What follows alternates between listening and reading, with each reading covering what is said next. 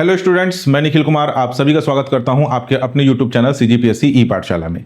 CGPSC ई पाठशाला में आज का हमारा टॉपिक है छत्तीसगढ़ करंट अफेयर्स, जिसमें हम चर्चा करने वाले हैं 1 मई से 30 जून पिछले 2 माह के करंट अफेयर्स पर। अभी का ये वीडियो लेक्चर काफी लंबा बनने वाला है, टॉपिक कवर करने में थोड़ा सा समय लगेगा क्योंकि पिछले 2 माह के करंट अफेयर के टॉपिक्स हमें कवर करने हैं। ठीक है, चलिए देखिए सीजीपीएससी ई पाठशाला का छत्तीसगढ़ करंट अफेयर 2026 वस्तुनिष्ठ प्रश्न संग्रह के साथ ये करंट अफेयर का मैगजीन मार्केट में अवेलेबल हो चुका है। इसमें जनवरी से जून 2026 तक के करंट अफेयर के टॉपिक कवर किए गए हैं। जो भी स्टूडेंट इस बुक को लेना चाहते हैं वे अपने नजदीकी बुक डिपो में जाकर के इसे ले सकते हैं। यहाँ पे शहरों के नाम, बुक डिपो के नाम, उनके कॉन्टैक्ट नंबर दिए गए हैं।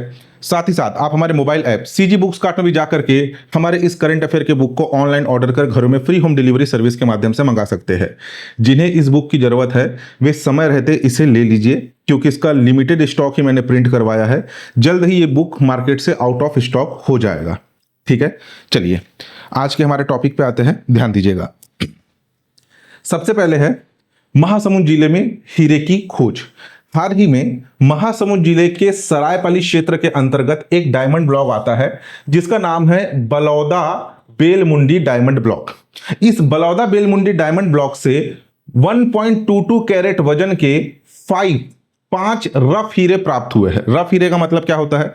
जनरली आप हीरे यानी कि डायमंड को इमेजिन करेंगे तो वो चमचमाता हुआ दिखता है, चमकदार दिखता है कुछ इस तरीके से। लेकिन यहां जो हीरे प्राप्त हुआ कैसे है? रफ है, यानी कि उसमें भी पॉलिशिंग नहीं हुई है, उसमें भी कटिंग नहीं हुई है। जो आपके हीरे हैं ना वो शुरुआती तौर पर रफ ही प्राप्त होते हैं, उसके बाद उसमें पॉलिशिंग होती है, उसमें कटिंग होती है, जिसके कारण वो चमकदार बनते हैं। तो हमारे छत्तीसगढ़ के बलौदा बेलमुंडी वाले क्षेत्र से जो हीरे प्राप्त हुए हैं वो रफ हीरे हैं जिनका वजन कितना है? 1.22 कैरेट। इन 5 रफ हीरों में से केवल 2 हीरे ऐसे हैं जो कि जेम क्वालिटी के हैं। जेम क्वालिटी का मतलब जिनका उपयोग रत्न एवं आभूषण बनाने में होता है। रत्न एवं आभूषण बनाने में जिनका उपयोग होगा। 2 सफेद जेम क्वालिटी के हीरे प्राप्त हुए हैं। 5 रफ हीरे प्राप्त हुए हैं जिसमें से 2 सफेद रंग के, 1 पीले रंग का और 2 भूरे रंग का है। ये पीला और भूरे रंग का जो हीरा प्राप्त हुआ है ये गैर रत्न श्रेणी के है, गैर रत्न हीरे हैं। जो सफेद हीरे प्राप्त हुए हैं 2, ये आपके जेम क्वालिटी के हीरे हैं। ठीक, इंपॉर्टेंट है, याद रखना। 5 रफ हीरे प्राप्त हुए हैं। इन 5 रफ हीरों में से 2 ही आपके जेम क्वालिटी के यानी कि रत्न आभूषण बनाने के लिए काम में लाए जाएंगे। ठीक, जो आपके 1 पीला हीरा है उसका वजन 0.32 कैरेट है। 2 भूरे हीरे प्राप्त हुए जिसमें से एक का वजन 0.59 और दूसरे का वजन है 0.06 कैरेट, गैर रत्न हीरे। ये जो हीरे को खोजा गया है बलौदा बेलमुंडी वाले क्षेत्र से, इसको खोजने वाली एजेंसी है एक संयुक्त उपक्रम है जिसका नाम है एनएमडीसी सीएमडीसी लिमिटेड।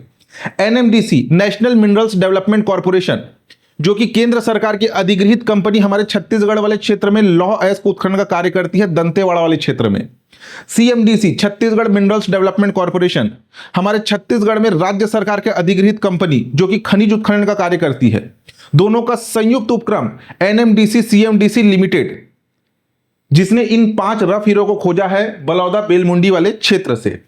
लगभग 500 मीटर ड्रिलिंग और 200 टन सामग्री की जांच की गई, यानी कि जो खनन करके निकाला गया आपका खनिज, उसमें से 200 टन सामग्री की जांच हुई जिसमें से 5 रफ हीरे प्राप्त हुए हैं। ठीक, महत्व, हमारा छत्तीसगढ़ की पहली बड़ी जेम क्वालिटी की डायमंड की खोज है। ये जो हीरा मिला है ये हमारे छत्तीसगढ़ की पहली जेम क्वालिटी यानी कि रत्न आभूषण श्रेणी जेम क्वालिटी के डायमंड की खोज है। हमारा छत्तीसगढ़ नए डायमंड ब्लेड बनने की संभावना है। वर्तमान स्थिति, ये जो 5 आपके रफ हीरे प्राप्त हुए हैं, इन हीरो को वर्तमान में मध्य प्रदेश के पन्ना स्थित एनएमडीसी वॉल्ट में सुरक्षित रखा गया है। हीरे क्या है? बेशकीमती रत्न है, ठीक है, जिनकी कीमत जो है करोड़ों तक जा सकती है। इसको आप कहीं पर भी नहीं रख सकते, इसके लिए एक वॉल्ट होता है। जैसे कि बैंक के लॉकर होते हैं ना, वैसे रत्न आभूषण रखने के लिए उत्खनन करने वाली कंपनी के वॉल्ट होते हैं। हमारे छत्तीसगढ़ में हीरे का उत्खनन या हीरा उतनी मात्रा में हीरे का भंडारण नहीं है। अभी आप देखेंगे तो दो जेम क्वालिटी के हीरे मिले हैं, लेकिन भारत में हीरे का सर्वाधिक उत्पादन होता है हमारे पड़ोसी राज्य मध्य प्रदेश में। मध्य प्रदेश का पन्ना वाला क्षेत्र जहां से हीरे का सर्वाधिक उत्पादन होता है, ठीक। और वहीं पर मौजूद है हीरे के लिए वॉल्ट, यानी कि एक तरीके से आप इसे बैंक लॉकर की तरह समझ सकते हैं, जो कि एनएमडीसी का है। तो हीरे को जो है, जो 5 हीरे प्राप्त हुए हैं उन्हें पन्ना मध्य प्रदेश स्थित एनएमडीसी वॉल्ट में सुरक्षित रखा गया है। प्रश्न पूछा जाएगा कि हाल ही में प्रदेश के किस ब्लॉक से 5 रफ हीरे खोजे गए हैं, तो महासमुंद जिले के सरायपाली के अंतर्गत आने वाले बलौदा बेलमुंडी डायमंड ब्लॉक से। ठीक है, इंपॉर्टेंट है, याद रखना। नेक्स्ट, महाशिवगुप्त बालार्जुन का 1500 साल पुराना ताम्रपत्र, इसके बारे में हम पहले भी पढ़ चुके हैं, दोबारा और पढ़ रहे हैं क्योंकि इसके राजमुद्रा के बारे में आपको बताना है, ध्यान समझना। महाशिवगुप्त बालार्जुन जो कि छत्तीसगढ़ के सिरपुर वाले क्षेत्र में एक टाइम पे शासन कर रहे थे पांडु वंशीय शासक, जिन्हें सिरपुर के सोमवंश के नाम से भी जाना जाता है। इन सिरपुर के सोमवंश या पांडु वंशीय शासकों में से एक राजा था महाशिवगुप्त बालार्जुन, जिसका ताम्रपत्र प्राप्त हुआ है। कहां से प्राप्त हुआ है? बिलासपुर जिले के मल्हार वाले क्षेत्र से प्राप्त हुआ है। ये ताम्रपत्र ध्यान से समझना, जो आपके ताम्रपत्र का मतलब क्या होता है? तांबे के प्लेट, तांबे की पतली पतली प्लेट, जिसमें अक्षरों को जो है ठोक करके उसमें उकेरा जाता है। किसी चीज को उकेरने के लिए उसमें उस अक्षर को ठोका जाएगा, जिससे में वो ताम्रपत्र में वो अक्षर उभरेगा या उसमें धसेगा। ठीक, पंचमार्क जिसे आप बोल सकते हैं। तो ये जो आपका राजमुद्रा, इसमें जो है राजमुद्रा युक्त छल्ले में गुथे हुए 3 ताम्रपत्र या 3 फलक प्राप्त हुए हैं।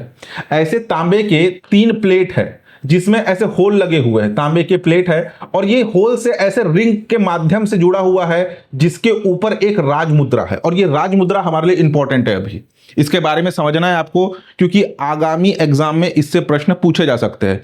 ताम्रपत्र के बारे में पहले भी आपको बता चुका हूं। इस ताम्रपत्र की खोज 1987 में मल्हार के ग्राम जुनवानी में एक खेत की जुताई के दौरान प्राप्त हुआ था, जिसमें ब्राह्मी लिपि एवं पाली भाषा में लेख उत्कीर्ण है। यह ताम्रपत्र 3 से 3.5 किलो वजन के है। ये सारा कुछ हम पहले भी देख चुके हैं। ये जो आपका ताम्रपत्र है, यह पांडु वंशीय या सोमवंशीय शासक महाशिवगुप्त बालार्जुन, जिसका टाइम पीरियड 595 से लेकर के 955 ईस्वी के मध्य था, उसका यह ताम्रपत्र बताया जा रहा है। खोज अभियान, ये जो ताम्रपत्र खोजा गया है, ये हाल ही में ज्ञान भारतम अभियान के तहत स्थानीय निवासी संजय पांडे के पास यह ताम्रपत्र प्राप्त हुआ है। ज्ञान भारतम अभियान, जिसमें पूरे भारत भर में पुरानी जो प्राचीन दुर्लभ पांडुलिपियां है उनका संरक्षण किया जा रहा है डिजिटलिक तरीके से। यानी कि जो ताम्रपत्र, जो हस्तलिखित जो पांडुलिपियां है ना, उनका फोटो खींच के उसे अपलोड किया जा रहा है, उसका डिजिटली संरक्षण किया जा रहा है। तो इसी ज्ञान भारतम अभियान के तहत एक व्यक्ति है जिनका नाम है संजीव पांडे, उनके घर से यह प्राप्त हुआ है।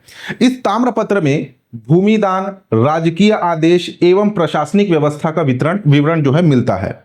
विशेष उल्लेख, देखिए ये जो आपका विशेष उल्लेख है ना, ये थोड़ा सा कंट्रोवर्शियल है। नई दुनिया न्यूज़पेपर में एक आर्टिकल आया था, उसी से उठा करके मैंने डाला है। ताम्रपत्र में महाशिवगुप्त बालार्जुन द्वारा हैह वंशीय शासक जाजल्लदेव को भूमि दान में देने का उल्लेख मिलता है। महाशिवगुप्त बालार्जुन का टाइम पीरियड कब से कब तक है? 595 से लेकर के 655 ईस्वी। और बोला जा रहा है कि हैह वंशीय शासक जाजल्लदेव यानी कि कलचुरी शासक, अगर आप देखेंगे तो कलचुरियों का टाइम पीरियड 1000 ईस्वी से प्रारंभ होता है। 1000 से लेकर के 1741 ईस्वी के मध्य हमारे छत्तीसगढ़ वाले क्षेत्र में शासन कर रहे थे कौन? कलचुरी राजवंश। 1000 ईस्वी में सबसे पहले आता है कलिंग राज आता है, उसके बाद कमल राज आता है, फिर रत्नदेव प्रथम, पृथ्वीदेव प्रथम, फिर आता है जाजल्लदेव प्रथम। यानी कि लगभग 1050 1060 ईस्वी के आसपास जाजल्लदेव प्रथम का शासनकाल प्रारंभ होता है। अब यहां पर है महाशिवगुप्त बालार्जुन, जिनका टाइम पीरियड 595 से 655 ईस्वी है, जबकि कलचुरियों का टाइम पीरियड 1000 ईस्वी से प्रारंभ हो रहा है। तो दोनों के शासनकाल के बीच में ना बहुत लंबा आपका गैप आ रहा है, टाइम ड्यूरेशन का, शासनकाल का जो है बहुत लंबा गैप आ रहा है। तो ये थोड़ा सा कंट्रोवर्शियल है। ठीक, इस फैक्ट को थोड़ा अलग से याद रखना, वैसे पूछे जाने की संभावना कम है। नई दुनिया न्यूज़पेपर में आर्टिकल में आया था। ठीक, अच्छा, अब एक और इंपॉर्टेंट फैक्ट जो आपको इससे याद रखना है, इस मल्हार से प्राप्त महाशिवगुप्त बालार्जुन का ताम्रपत्र जो प्राप्त हुआ है उसके बारे में भारत के प्रधानमंत्री नरेंद्र मोदी जी ने 31 मई 2026 को प्रसारित उनका जो रेडियो कार्यक्रम है मन की बात के 134वीं कड़ी 134वें एपिसोड में मल्हार से प्राप्त महाशिवगुप्त बालार्जुन के प्राचीन ताम्रपत्र का विशेष रूप से उल्लेख किया है। मन की बात रेडियो कार्यक्रम भारत के प्रधानमंत्री नरेंद्र मोदी जी का जो है आपके उनके द्वारा चलाया जाता है। 134वीं कड़ी 134वें एपिसोड में उन्होंने इस ताम्रपत्र के बारे में विशेष रूप से उल्लेख किया है। ठीक है, अब देखिए ये आपके ताम्रपत्र है और ये ताम्रपत्र है, ये इस प्रकार से आपका ये ताम्रपत्र ये है आपका रिंग, ऐसे रिंग पूरा घूम करके आकर के इस राजमुद्रा से जुड़ता है और ये है आपका राजमुद्रा। ये राजमुद्रा के बारे में आपको थोड़ा सा जानना है। ये है आपका राजमुद्रा। ये जो है राजमुद्रा एक प्रकार से देखिए राजमुद्रा क्या होता है, एक प्रकार से प्रमाण होता है। जब कभी भी किसी राज दरबार से कोई आदेश जारी किया जाता है, कोई आदेश या कोई प्रशासनिक तौर पे कोई निर्देश जारी किए जाते हैं, तो उसे आज के डेट में अगर आप जाएंगे किसी भी जमीन का रजिस्ट्री कराने के लिए या कोई इकरारनामा करने के लिए, तो उसमें नोटरी होता है, रबर स्टैंप लगाए जाते हैं प्रमाण के तौर पर। तो वैसे ही कोई आपका राज्यादेश ये राजा के द्वारा जारी किया गया है, उसके प्रमाण के तौर पर पहले राजमुद्रा जारी होते थे। तो वही है ये राजमुद्रा। देखिए अगर आप इंटरनेट पर ढूंढेंगे ना तो ये राजमुद्रा आपको नहीं मिलेगा। न्यूज आर्टिकल में जो विवरण दिया गया था उस विवरण के आधार पर एआई के मदद से मैंने ये राजमुद्रा जनरेट किया है। जो हमारा करंट अफेयर का मैगजीन है उसके पहले पन्ने में ही आपको ये दिख जाएगा, ताम्रपत्र और राजमुद्रा। ताम्रपत्र के तो बहुत सारे इमेज आए थे, लेकिन राजमुद्रा के इमेज आपको आसानी से नहीं मिलेगा, मिलेगा ही नहीं, मिलेगा तो एकदम धुंधला तस्वीर है। इसे जो है एआई से मैंने जनरेट किया है। ठीक, देखिए अब हमारे लिए राजमुद्रा इंपॉर्टेंट है, उसको थोड़ा ध्यान देना। 3 ताम्रपत्रों में निर्मित, ठीक, यानी कि ताम्रपत्र जिसमें अक्षरों को खोद करके उकेरा जाता है। यह ताम्रपत्र 3 ताम्रपत्रों में बटा हुआ है, यानी 3 ताम्रपत्रों में निर्मित है, जो कि राजमुद्रा युक्त छल्लों में गुथे हुए हैं। मैंने आपको बताया इसकी लंबाई कितनी है, चौड़ाई कितनी है, वो हमारे लिए इंपॉर्टेंट नहीं है। राजमुद्रा का व्यास कितना है वो भी हमारे लिए इंपॉर्टेंट नहीं है। हमारे लिए इंपॉर्टेंट क्या है, राजमुद्रा के ऊपरी भाग में त्रिशूल कमंडल व मध्य में विराजमान नंदी है। देखिए यह है आपका त्रिशूल, इधर है आपका कमंडल और ये मध्य में विराजमान है आपका नंदी। ठीक, इसके नीचे 2 पंक्तियां, नीचे मध्य में पूर्ण विकसित पद्म की आकृति है। इसके नीचे जो है 2 पंक्तियां लिखी है और सबसे नीचे जो है पूर्ण विकसित यानी कि पूरा खिला हुआ पद्म। पद्म का मतलब होता है कमल, यहां पे कमल बना हुआ है। ठीक, 3 ताम्रपत्रों में इस अभिलेख में कुल 41 पंक्तियां हैं। प्रथम पत्र में बाहरी तरफ 1 पंक्ति तथा शेष 5 पृष्ठों में 8 पंक्तियां उत्कीर्ण है। इस दृष्टि से यह महाशिवगुप्त बालार्जुन के अब तक ज्ञात ताम्रपत्रों में सर्वाधिक विस्तृत अभिलेख माना जाता है। यह उनके 97 राज्य वर्ष के फागुन मास, यानी कि फागुन मास और 97 राजवर्ष ये भी उल्लेखित है। फागुन मास का उल्लेख करने वाला अब तक ज्ञात अंतिम तिथि का अभिलेख भी है। अभिलेख में तत्कालीन दान स्वरूप प्रदान की गई भूमि का विस्तृत विवरण दर्ज है। भूमि दान के बारे में बताया गया। अब भूमि दान के लिए भूमि मापन की इकाई भी यूज होगी। तो आपके पांडु वंशीय शासकों के टाइम पीरियड में हमारे छत्तीसगढ़ वाले क्षेत्र में भूमि मापन की इकाई क्या थी? भूमि की सीमाएं एवं माप के लिए हाथ इकाई जो है ये उपयोग में लाया जाता था। हाथ के माध्यम से भूमि की मापन होती थी। और देखिए एक हाथ का मान 24 अंगुल बताया गया है, यानी कि जो हम पहले गिनते थे 4, 4, 8, 4, 12, 4, 16, तो एक हाथ का जो माप है ना वो आपके 24 उंगल के बराबर था। तो ये भी याद रखना। राजमुद्रा में आपके त्रिशूल, नंदी, कमंडल, कमल इसका अंकन है। त्रिशूल भगवान शिव का हथियार, नंदी उनकी सवारी, कमंडल वो जो हाथ में धारण करते थे। शैव धर्म का अनुयायी था महाशिवगुप्त बालार्जुन। ठीक, इंपॉर्टेंट है, याद रखना। नेक्स्ट देखिए, ये आपका जीएस का पोर्शन है ना। दुर्लभ हस्तलिखित पांडुलिपियां खूब तमाशा की खोज। बहुत से पांडुलिपियां प्राप्त हुई है, जिसमें से सबसे महत्वपूर्ण है आपका खूब तमाशा। ग्रंथ का नाम है खूब तमाशा, जो कि प्राप्त हुआ है कोरबा जिले के पाली विकास खंड के अंतर्गत ग्राम शिवपुर, जो कि फुलवारी पारा के अंतर्गत आता है। ये जो आपका खूब तमाशा है ये देवनागरी लिपि में लिखा गया है। ज्ञान भारतम अभियान राष्ट्रीय पांडुलिपि सर्वेक्षण के तहत इसे खोजा गया। कहां से? ग्राम शिवपुर, कोरबा से। ये खूब तमाशा के रचनाकार कौन है? आप जीएस में भी पढ़े होंगे, छत्तीसगढ़ जीएस में। रतनपुर कलचुरी शासक राज सिंह के दरबारी कवि गोपाल मिश्र। ठीक है, गोपाल मिश्र। 1889 ईस्वी में लगभग 337 वर्ष पुरानी यह हस्तलिखित पांडुलिपि है गोपाल मिश्र की खूब तमाशा। इस कृति में इस क्षेत्र के लिए पहली बार छत्तीसगढ़ नाम से संबोधित किए जाने का उल्लेख मिलता है। यानी कि हमारा ये जो एरिया है, छत्तीसगढ़ वाला एरिया, छत्तीसगढ़ तो आपका 1 नवंबर 2000 को बना, हम बात कर रहे हैं 1689 की। हमारे इस क्षेत्र के लिए पहली बार लिखित में छत्तीसगढ़ का संबोधन इस खूब तमाशा पुस्तक में मिलता है। छत्तीसगढ़ जीएस का सबसे इंपॉर्टेंट आपका एक साहित्य में आता है खूब तमाशा। खूब तमाशा के रचयिता कौन है? एग्जाम में आया हुआ प्रश्न है आपके। गोपाल कवि या गोपाल मिश्र, जो कि कलचुरी शासक राज सिंह के दरबारी कवि थे।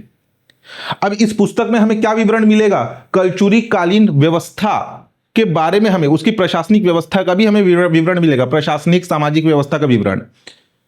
तात्कालीन सामाजिक व्यवस्था कलचुरी कालीन, ठीक है, ये कलचुरी कालीन स्थितियों का हमें वर्णन मिलता है इस पुस्तक में।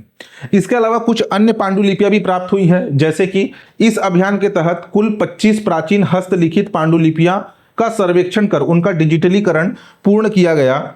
इन पांडुलिपियों में 1869 में गोपाल मिश्र द्वारा लिखित औरंगजेब कालीन साहित्यिक ग्रंथ खूब तमाशा जो कि प्राप्त हुआ है। हमारे छत्तीसगढ़ के कुछ कलचुरी शासक जो कि आपके मुगल के समकालीन थे और औरंगजेब के काल का साहित्य है खूब तमाशा। गोपाल मिश्र ने अपनी पुस्तक खूब तमाशा में मुगल शासक औरंगजेब की आलोचना की है। छत्तीसगढ़ जीएस में अगर आप पढ़े होंगे तो आपको पता होगा। इसके अलावा 1829 ईस्वी का में मनीराम द्वारा रचित नासकेतु ग्रंथ, ये भी याद रख लेना, नासकेतु ग्रंथ के रचयिता कौन है? मनीराम अग्रवाल। 1831 में तैयार की गई वैदिकीय पोथी तथा 1852 में गोस्वामी जनार्दन भट्टाचार्य द्वारा लिखित वेद रत्न पंच प्रकाश, ये प्रमुख आपके जो पांडुलिपियां, हस्तलिखित पांडुलिपियां जिनकी खोज की गई है। और भी बहुत सारे खोज हुए हैं, लेकिन कुछ प्रमुख को ही आपको बता रहा हूं। ठीक, नेक्स्ट देखिए। महासमुंद जिले में पत्थरों के नीचे 1000 साल पुराने प्राचीन मंदिर के अवशेष और दुर्लभ मूर्तियां प्राप्त हुई है। अब ये प्राप्त कहां से हुआ है पहले ये समझ लीजिए, फिर इसकी पृष्ठभूमि को हम देखेंगे। ये प्राप्त हुआ है आपका महासमुंद जिले के बमहनी गांव से। बमहनी गांव जो कि पंचकोशी यात्रा से संबंधित है। अगर आप पंचकोशी यात्रा के बारे में जानते होंगे, भगवान शिव से संबंधित है पंचकोशी यात्रा। सावन के महीने में जब कावड़िया अपने लोटे में जल भर के जाते हैं तो 5 शिव मंदिरों में जाकर के वो जल अर्पण करते हैं। बम्हनेश्वर, पटेश्वर, ठीक है, कुलेश्वर, ऐसे 5 आपके शिव मंदिर है प्रमुख हमारे छत्तीसगढ़ में। तो ये बम्हनी वाले क्षेत्र में है, महासमुंद जिले के बम्हनी वाले क्षेत्र में मंदिर के अवशेष और कुछ प्राचीन मूर्तियां प्राप्त हुई है। ये जो है आपकी मूर्तियां कलचुरी कालीन है। कलचुरी कालीन 8वीं से 11वीं शताब्दी के आसपास लगभग 1000 साल पुराने ये पुरातात्विक साक्ष्य हमें प्राप्त हुए हैं। मुख्य अवशेष इसमें मंदिर आमलक का मतलब हमारे छत्तीसगढ़ हमारे भारत में उत्तर भारत वाले क्षेत्र में नागर शैली मंदिर निर्माण की 3 शैलियां होती है, नागर शैली, बेसर शैली, द्रविड़ शैली। नागर शैली जो कि गोदावरी के ऊपर जितने भी आपके एरिया में मंदिरों का निर्माण आप देखेंगे वो नागर शैली में है। तो नागर शैली में ऊपर तरफ शिखर होते हैं और शिखर के ऊपर चक्र आकार का आमलक होता है। आमलक का भी आपको प्रतिमा दिखाऊंगा। आमलक, नकाशीदार पत्थर के खंबे, द्वारपाल की मूर्तियां, द्वारपाल यानी कि राज दरबार के बाहर या मंदिरों के बाहर जो उसकी सुरक्षा के लिए जो तैनात होते थे उन्हें द्वारपाल कहा जाता है। जैसे आज के डेट में ऑफिस के बाहर होगा या किसी मॉल के बाहर प्यून होते हैं, वैसे टाइप के द्वारपाल हुआ करते थे। तो उसकी भी मूर्तियां प्राप्त हुई है। प्रमुख मूर्तियों की अगर हम बात करें तो शिव पार्वती, गणेश, कार्तिकेय की बलवा पत्थर से निर्मित दुर्लभ प्रतिमाएं प्राप्त हुई है। अगर आप देखेंगे तो भगवान शिव और उनके परिवार से संबंधित प्रतिमाएं मिल रही है। तो इस क्षेत्र का उल्लेख स्कंद पुराण, टोटल 18 पुराण है, उसमें से एक पुराण है स्कंद पुराण। स्कंद पुराण में पंचकोशी यात्रा के अंतर्गत मिलता है। यानी कि ये पंचकोशी यात्रा से संबंधित ये स्थान है जहां पे भगवान शिव से संबंधित मंदिर एवं मूर्तियों के साक्ष्य प्राप्त हो रहे हैं। अवशेषों की नक्काशी के आधार पर इन्हें कलचुरी काल या 8वीं से 11वीं शताब्दी के आसपास का माना जा रहा है।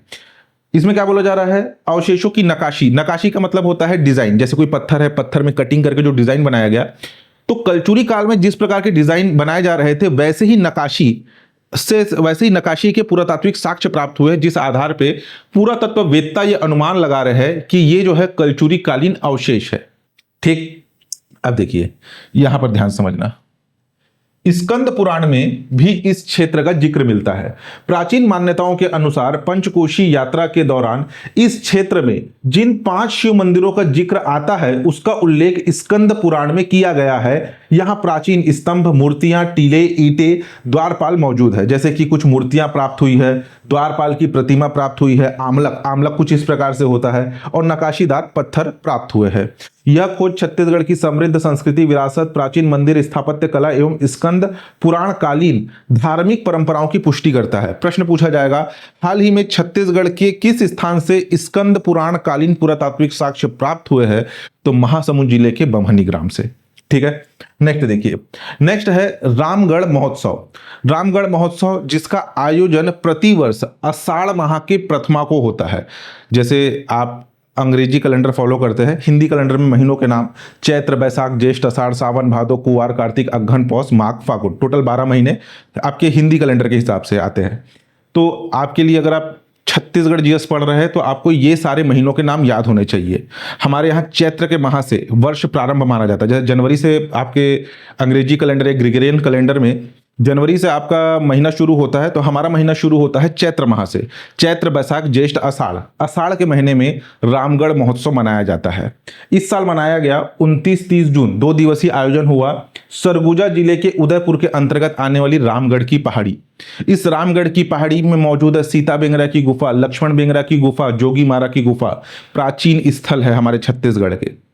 ठीक, आषाढ़ मास के प्रथम दिवस को यह प्रश्न आया हुआ है, रामगढ़ महोत्सव का आयोजन कब होता है? आषाढ़ मास के प्रथम दिवस को। प्रारंभ होने वाला छत्तीसगढ़ का ऐतिहासिक, सांस्कृतिक एवं साहित्यिक महापर्व है, जिसमें 2 दिवसीय भव्य आयोजन हुआ। इंपॉर्टेंट क्या है? आषाढ़ माह के प्रथम दिवस को आयोजित होता है।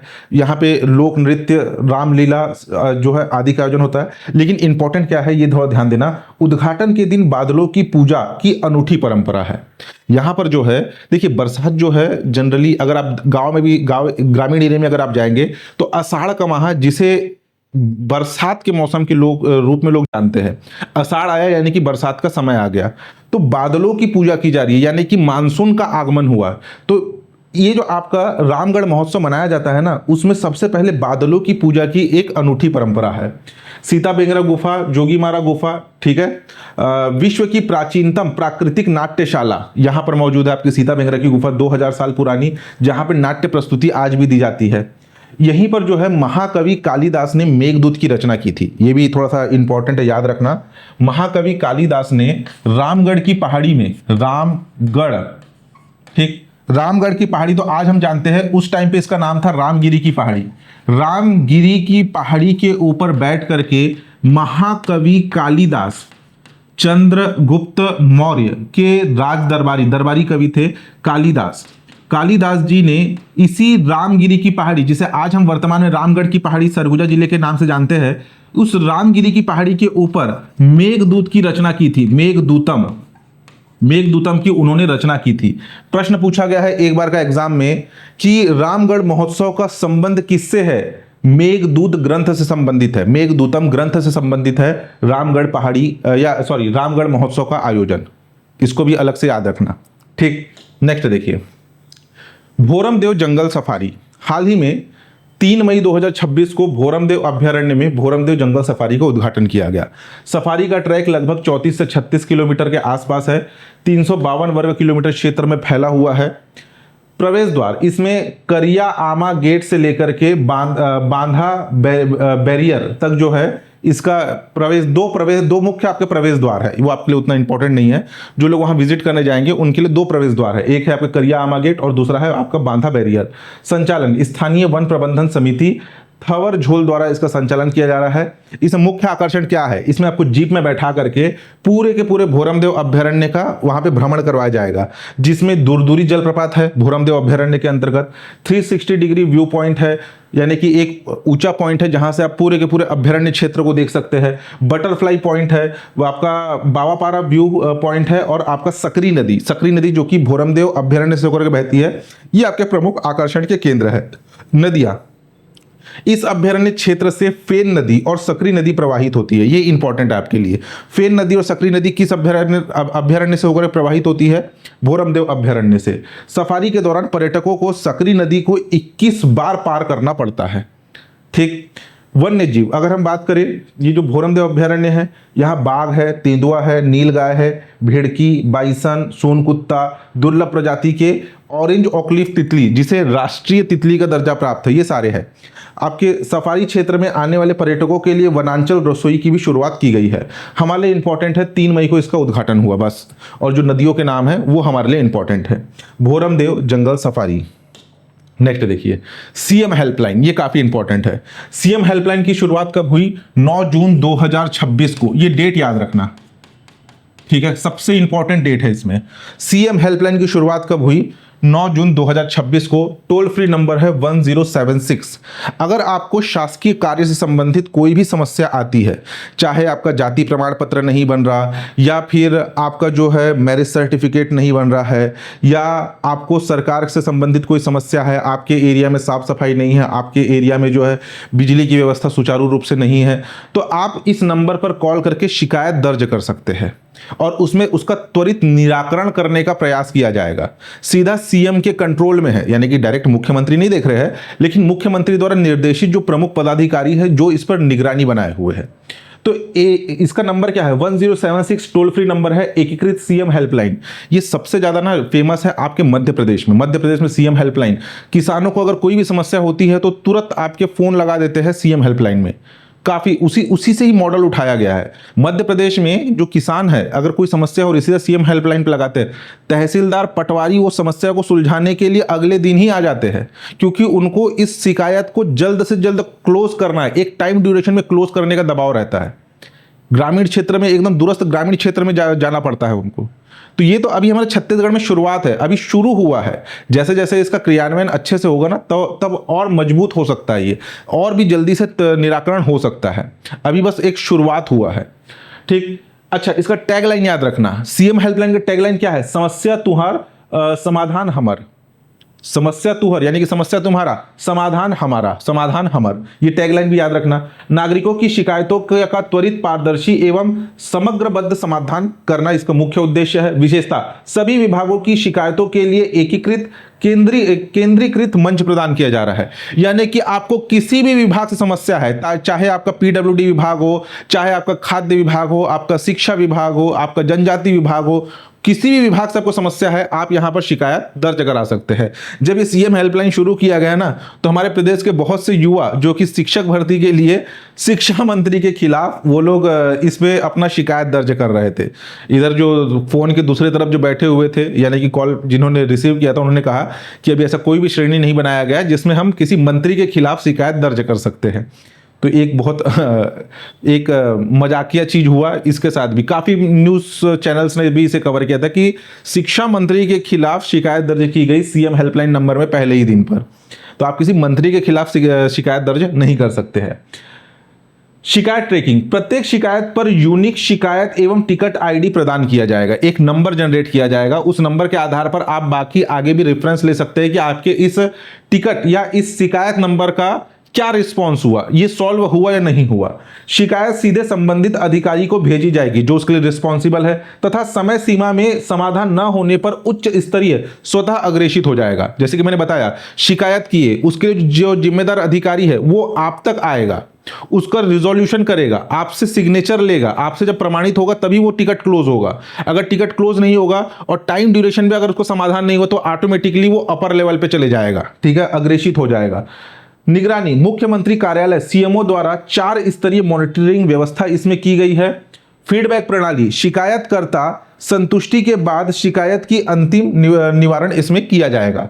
तो यह है सीएम हेल्पलाइन, जिसमें छत्तीसगढ़ का वो बना, छत्तीसगढ़ का नक्शा है और उसमें एक जो कॉल सेंटर वाले हेडफोन के साथ माइक रहता है वैसा कुछ बना हुआ सिंबल 1076 सीएम हेल्पलाइन समाधान समस्या तुहर समाधान हमर। ठीक है, नेक्स्ट देखिए। नेक्स्ट है संगीत नाटक अकादमी पुरस्कार 2026। इंपॉर्टेंट है, थोड़ा सा जो इसमें व्यक्तियों का जो परिचय है उसको ध्यान देना। वर्ष 2026 में प्रदर्शन कला, परफॉर्मिंग आर्ट्स और लोक कला के क्षेत्र में छत्तीसगढ़ की कला को राष्ट्रीय स्तर पर पहचान दिलाने वाले प्रमुख कलाकार और प्राप्त सम्मान निम्नलिखित है। सबसे पहले है अनूप रंजन पांडे, बिलासपुर के अनूप रंजन पांडे, जिन्हें संगीत नाटक एकेडमी के अकादमी पुरस्कार से सम्मानित किया गया। लोक कला, पारंपरिक आदिवासी संगीत व कला के संरक्षण एवं योगदान के लिए उन्हें यह पुरस्कार दिया गया है। अनूप रंजन पांडे जो कि बस्तर बैंड के संस्थापक है, इनसे प्रश्न आया है, बस्तर बैंड के संस्थापक कौन है? बस्तर बैंड के संस्थापक है आपके अनूप रंजन पांडे। इंपॉर्टेंट नाम याद रखना, बिलासपुर के रहने वाले अनूप रंजन पांडे जो कि बस्तर बैंड के संस्थापक है, पद्मश्री 2019 से सम्मानित हो चुके हैं। ये पद्मश्री से पुरस्कृत भी है। ठीक है, लोक कला यानी कि पारंपरिक और आदिवासी संगीत व कला से संबंधित क्षेत्र में योगदान के लिए इन्हें पुरस्कार मिला है। आनंद पांडे जो कि जशपुर के रहने वाले हैं, अकादमी पुरस्कार मिला है। अभिनय, रंगमंच, थिएटर के क्षेत्र में उत्कृष्ट प्रदर्शन के लिए अनूप रंजन पांडे है और यह है आपके आनंद पांडे, जशपुर के रहने वाले, जिन्हें अभिनय, रंगमंच, थिएटर आर्टिस्ट जो कहा जाता है उस क्षेत्र में उत्कृष्ट प्रदर्शन के लिए दिया गया है। उसके बाद है आपका पंडित रामलाल बरेट, इनके नाम से आप परिचित ही होंगे क्योंकि इन्हें वर्ष 2024 में पद्मश्री से सम्मानित किया गया था। इन्हें अकादमी रत्न फेलोशिप से इन्हें सम्मानित किया गया। इनका याद रखना कि ये जो रामलाल बरेट है ये रायगढ़ के रहने वाले हैं, रायगढ़ घराना से संबंधित कथक नृत्य में पारंगत है। किसमें? कथक, यहां लिख देता हूं, कथक नृत्य में पारंगत है। देखो थोड़ा सा ना क्लास को मजेदार बनाने के लिए मैं भी थोड़ा एआई का यूज कर रहा हूं, इस कारण से हो सकता है एक दो जगह आपको किसी वर्ड में त्रुटि देखने के लिए मिले, लेकिन मैं जो चीज बोल रहा हूं उसको ध्यान से सुन करके आप अपना नोट्स भी बना सकते हैं। बाकी ये सारी चीजें आपको बुक में मिल जाएगा। तो ये जो है इसमें एआई से थोड़ा सा जनरेट करने के कारण कहीं कहीं पे थोड़ा सा लिखावट में आपको त्रुटि मिल सकती है, जैसे रंगमंच की जगह संगमंच लिखा गया है। ठीक, लेकिन थोड़ा सा बदलते समय के साथ क्लास को थोड़ा अट्रैक्टिव बनाने के लिए एआई का थोड़ा मैं यूज कर रहा हूं।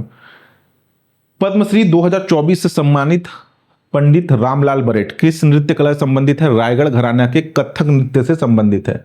घनश्याम साहू जो कि सारंगढ़ के रहने वाले हैं, इन्हें उस्ताद बिस्मिल्लाह खान युवा पुरस्कार से सम्मानित किया गया।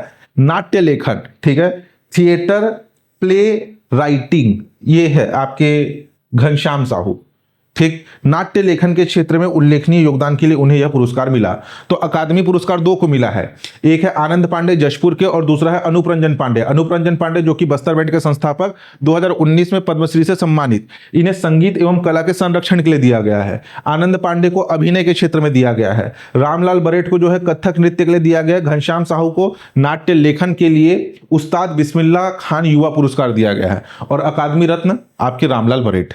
ठीक, नेक्स्ट देखिए, एसी माइक्रो बस सेवा पायलट प्रोजेक्ट। इस एसी माइक्रो बस, लॉन्ग बस नहीं, एक शॉर्ट बस, माइक्रो बस, हमर संगवारी माइक्रो बस एक पायलट प्रोजेक्ट के तौर पर शुरू किया गया है। ये बस सर्विस का नाम क्या है? हमर संगवारी माइक्रो बस, जो कि एसी वातानुकूलित बस होगा। जून 2026 को रायपुर में पायलट प्रोजेक्ट के तौर पर शुरू किया गया। छत्तीसगढ़ परिवहन विभाग और CEEW के सहयोग से इसे शुरू किया गया है। 8 एसी माइक्रो बस शुरू किए गए हैं। क्षमता, जिसमें 17 से 20 लोगों की बैठने की व्यवस्था होगी, जिसमें किराया 2 रुपए प्रति किलोमीटर की दर से लिया जाएगा, नॉमिनल फीस है। इसमें जो फ्रीक्वेंसी है हर 10 से 15 मिनट में उपलब्ध है, यानी कि रायपुर वाले क्षेत्र में 10 से 15 मिनट में एक एसी बस उपलब्ध हो जाएगा। ये अभी लक्ष्य रखा गया ना, ट्रायल रन चल रहा है, ट्रायल अवधि 45 दिन, सफलता के बाद अन्य शहरों में भी इसका विस्तार किया जाएगा। तो ये जो आपका एसी माइक्रो बस है, ये इसका नाम क्या दिया गया है? हमर सवारी हमर संगवारी। नेक्स्ट देखिए, नेक्स्ट है छत्तीसगढ़ CBG नीति 2026। CBG का मतलब कंप्रेस्ड बायोगैस। इसे कैबिनेट ने मंजूरी दी है कब? 23 जून 2026 को। इंपॉर्टेंट है, इसे याद रखना।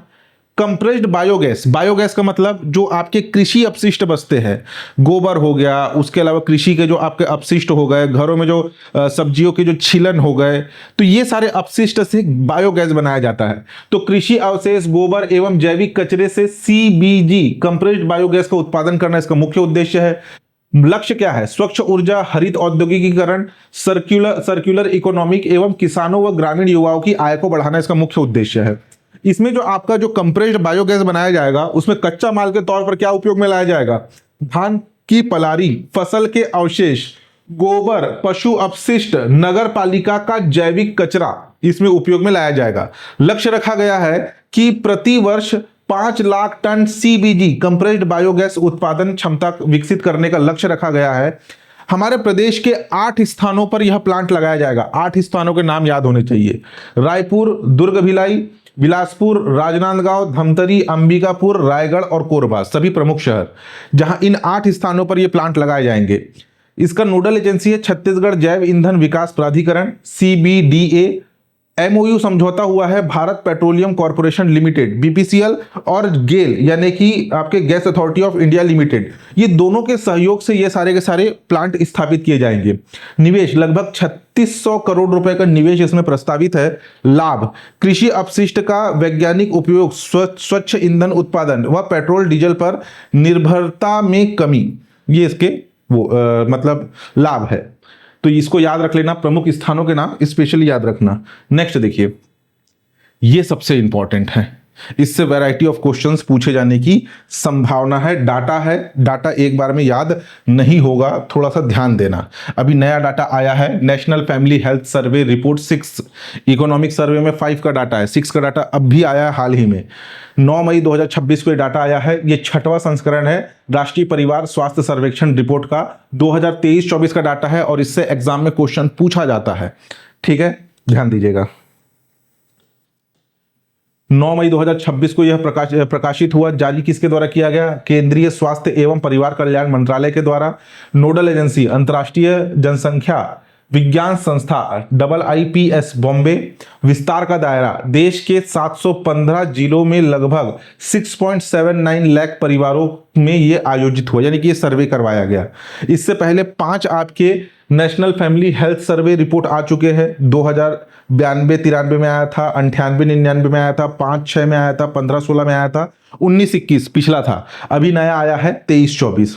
अभी ये जो आपका नया रिपोर्ट आया है इसमें मातृ एवं शिशु स्वास्थ्य, टीकाकरण, पोषण एवं महिला सशक्तिकरण क्षेत्रों में सुधार दर्ज किया गया है। नए संकेतक इस बार जोड़े गए हैं। इस बार प्रत्यक्ष लाभ अंतरण यानी कि DBT, स्वयं सहायता समूह, सेल्फ हेल्प ग्रुप और डिजिटल एवं वित्तीय साक्षरता जैसे नए क्षेत्रों के पैमाने यानी कि संकेतक इसमें जोड़े गए हैं।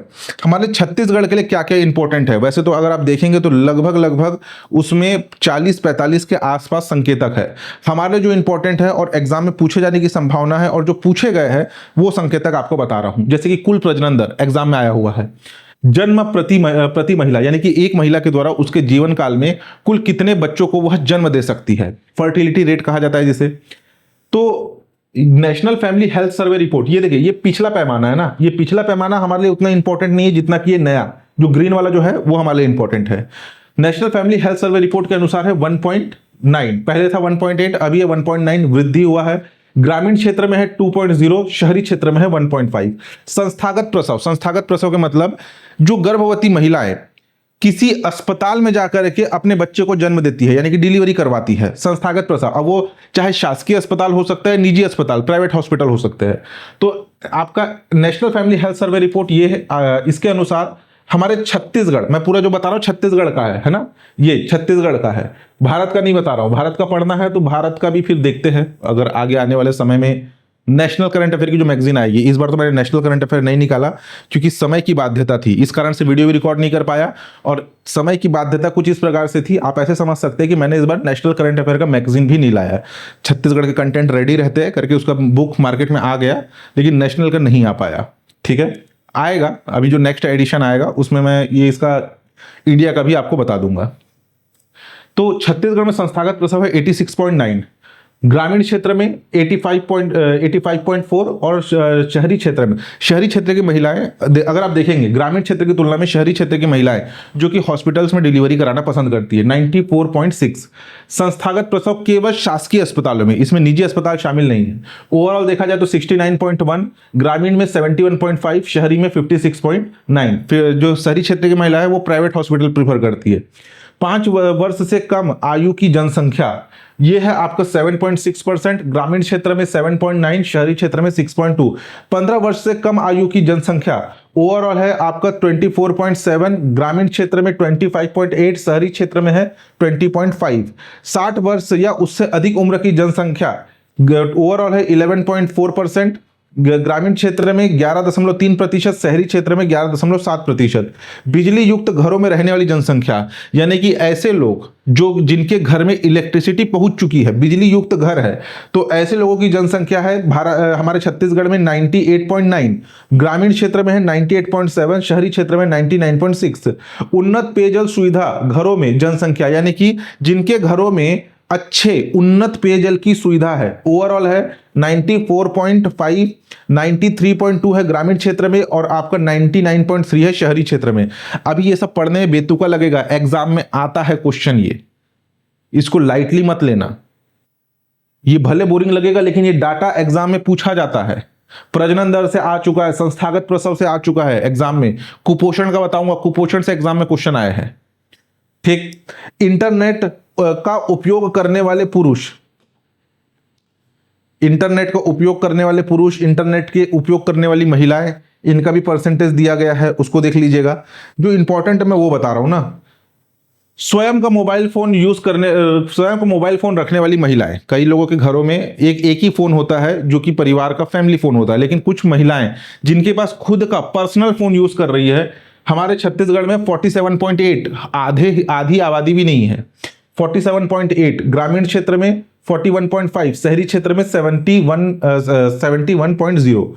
स्वयं का बचत बैंक खाता रखने वाली यानी कि ऐसी महिला जिनका खुद का बैंक अकाउंट है, खुद का खाता है, 93.4 ओवरऑल छत्तीसगढ़ में, 94%, ग्रामीण क्षेत्र में 91.2%, शहरी क्षेत्र में। बाल विवाह, 18 वर्ष से कम आयु में लड़कियों का शादी, इतनी इनकी आबादी कितनी है 10.1% ओवरऑल, 11.0% ग्रामीण क्षेत्र और शहरी क्षेत्र में 6.5% ऐसी महिलाएं जिनका विवाह जो है 18 वर्ष या उससे कम में हुआ है।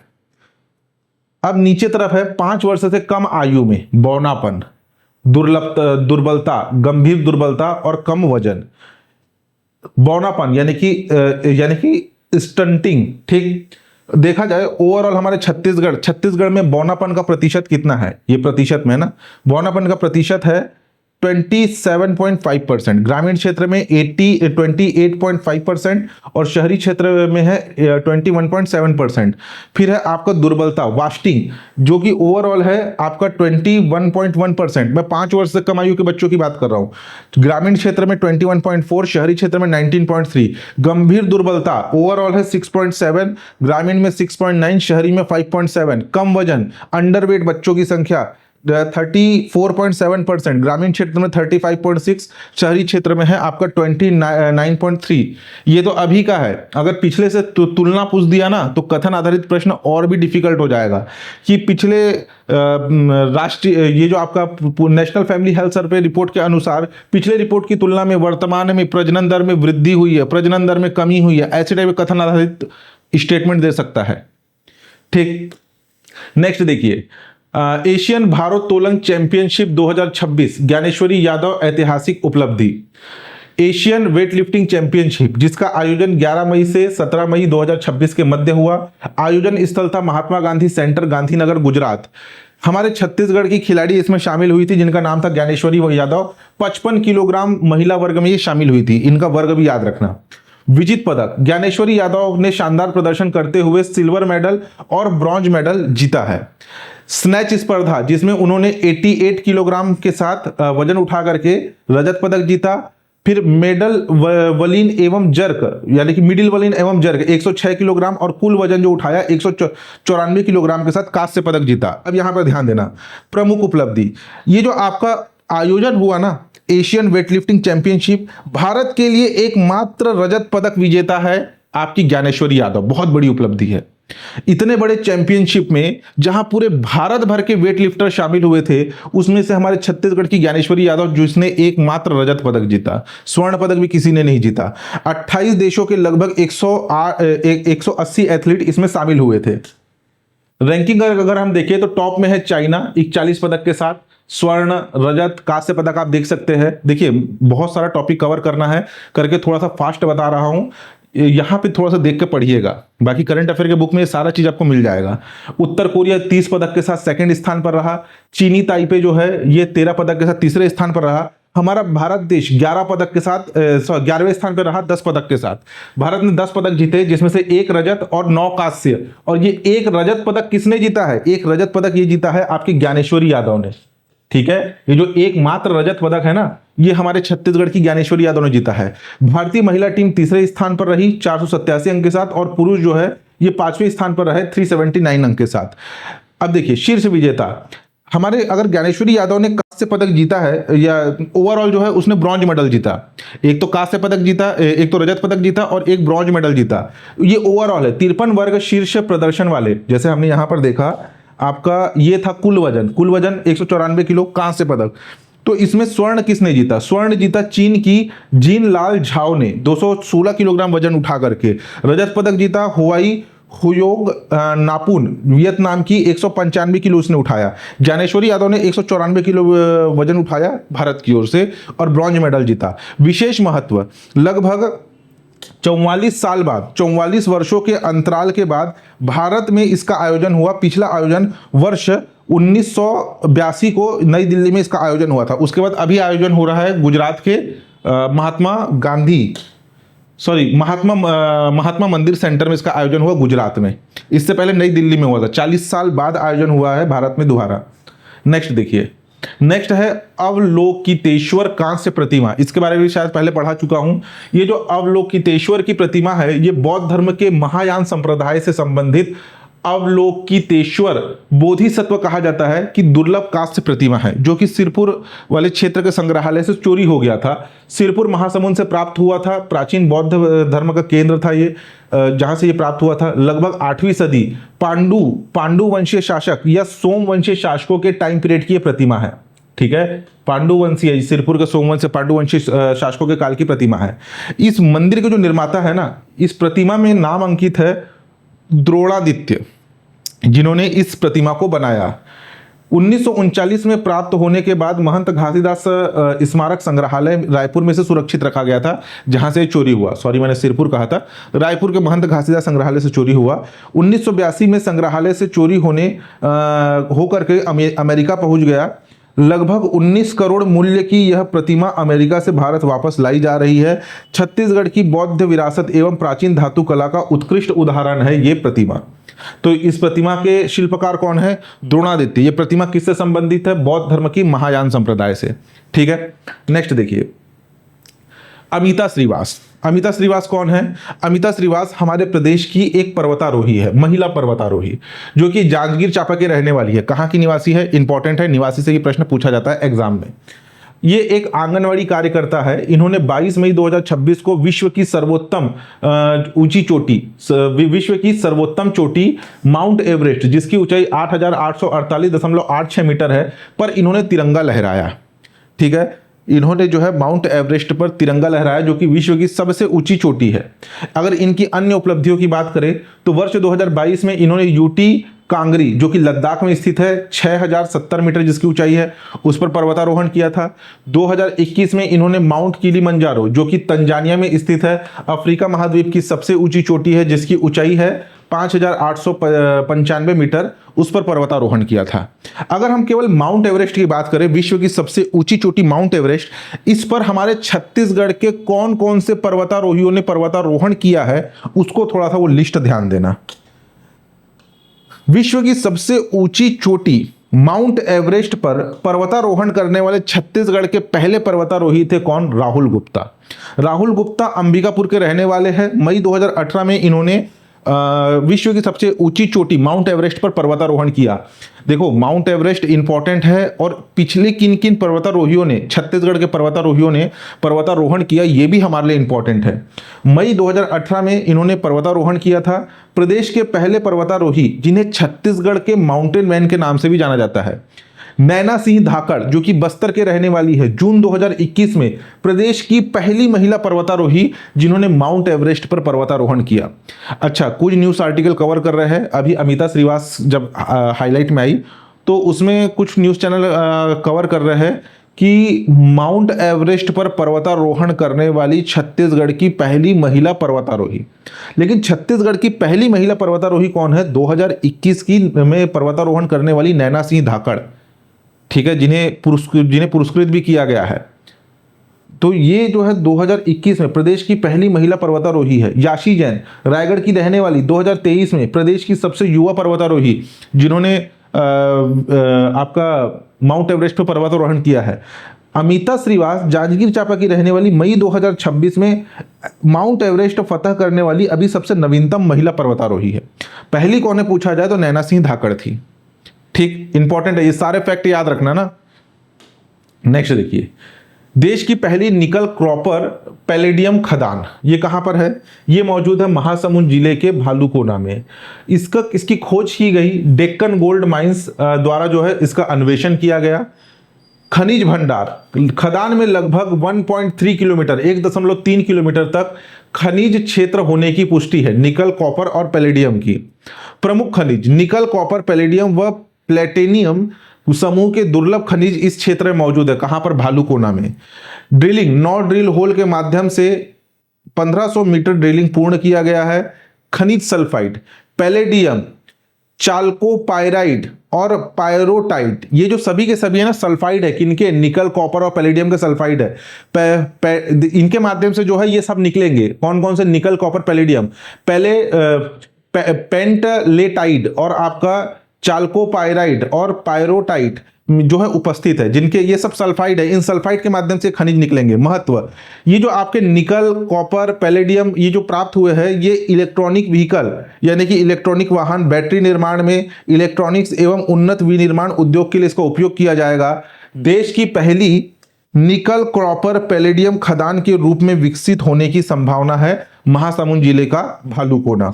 नेक्स्ट देखिए, नेक्स्ट है कबीरधाम जिले में पहली बार लौह अयस्क के खदान की नीलामी हुई है।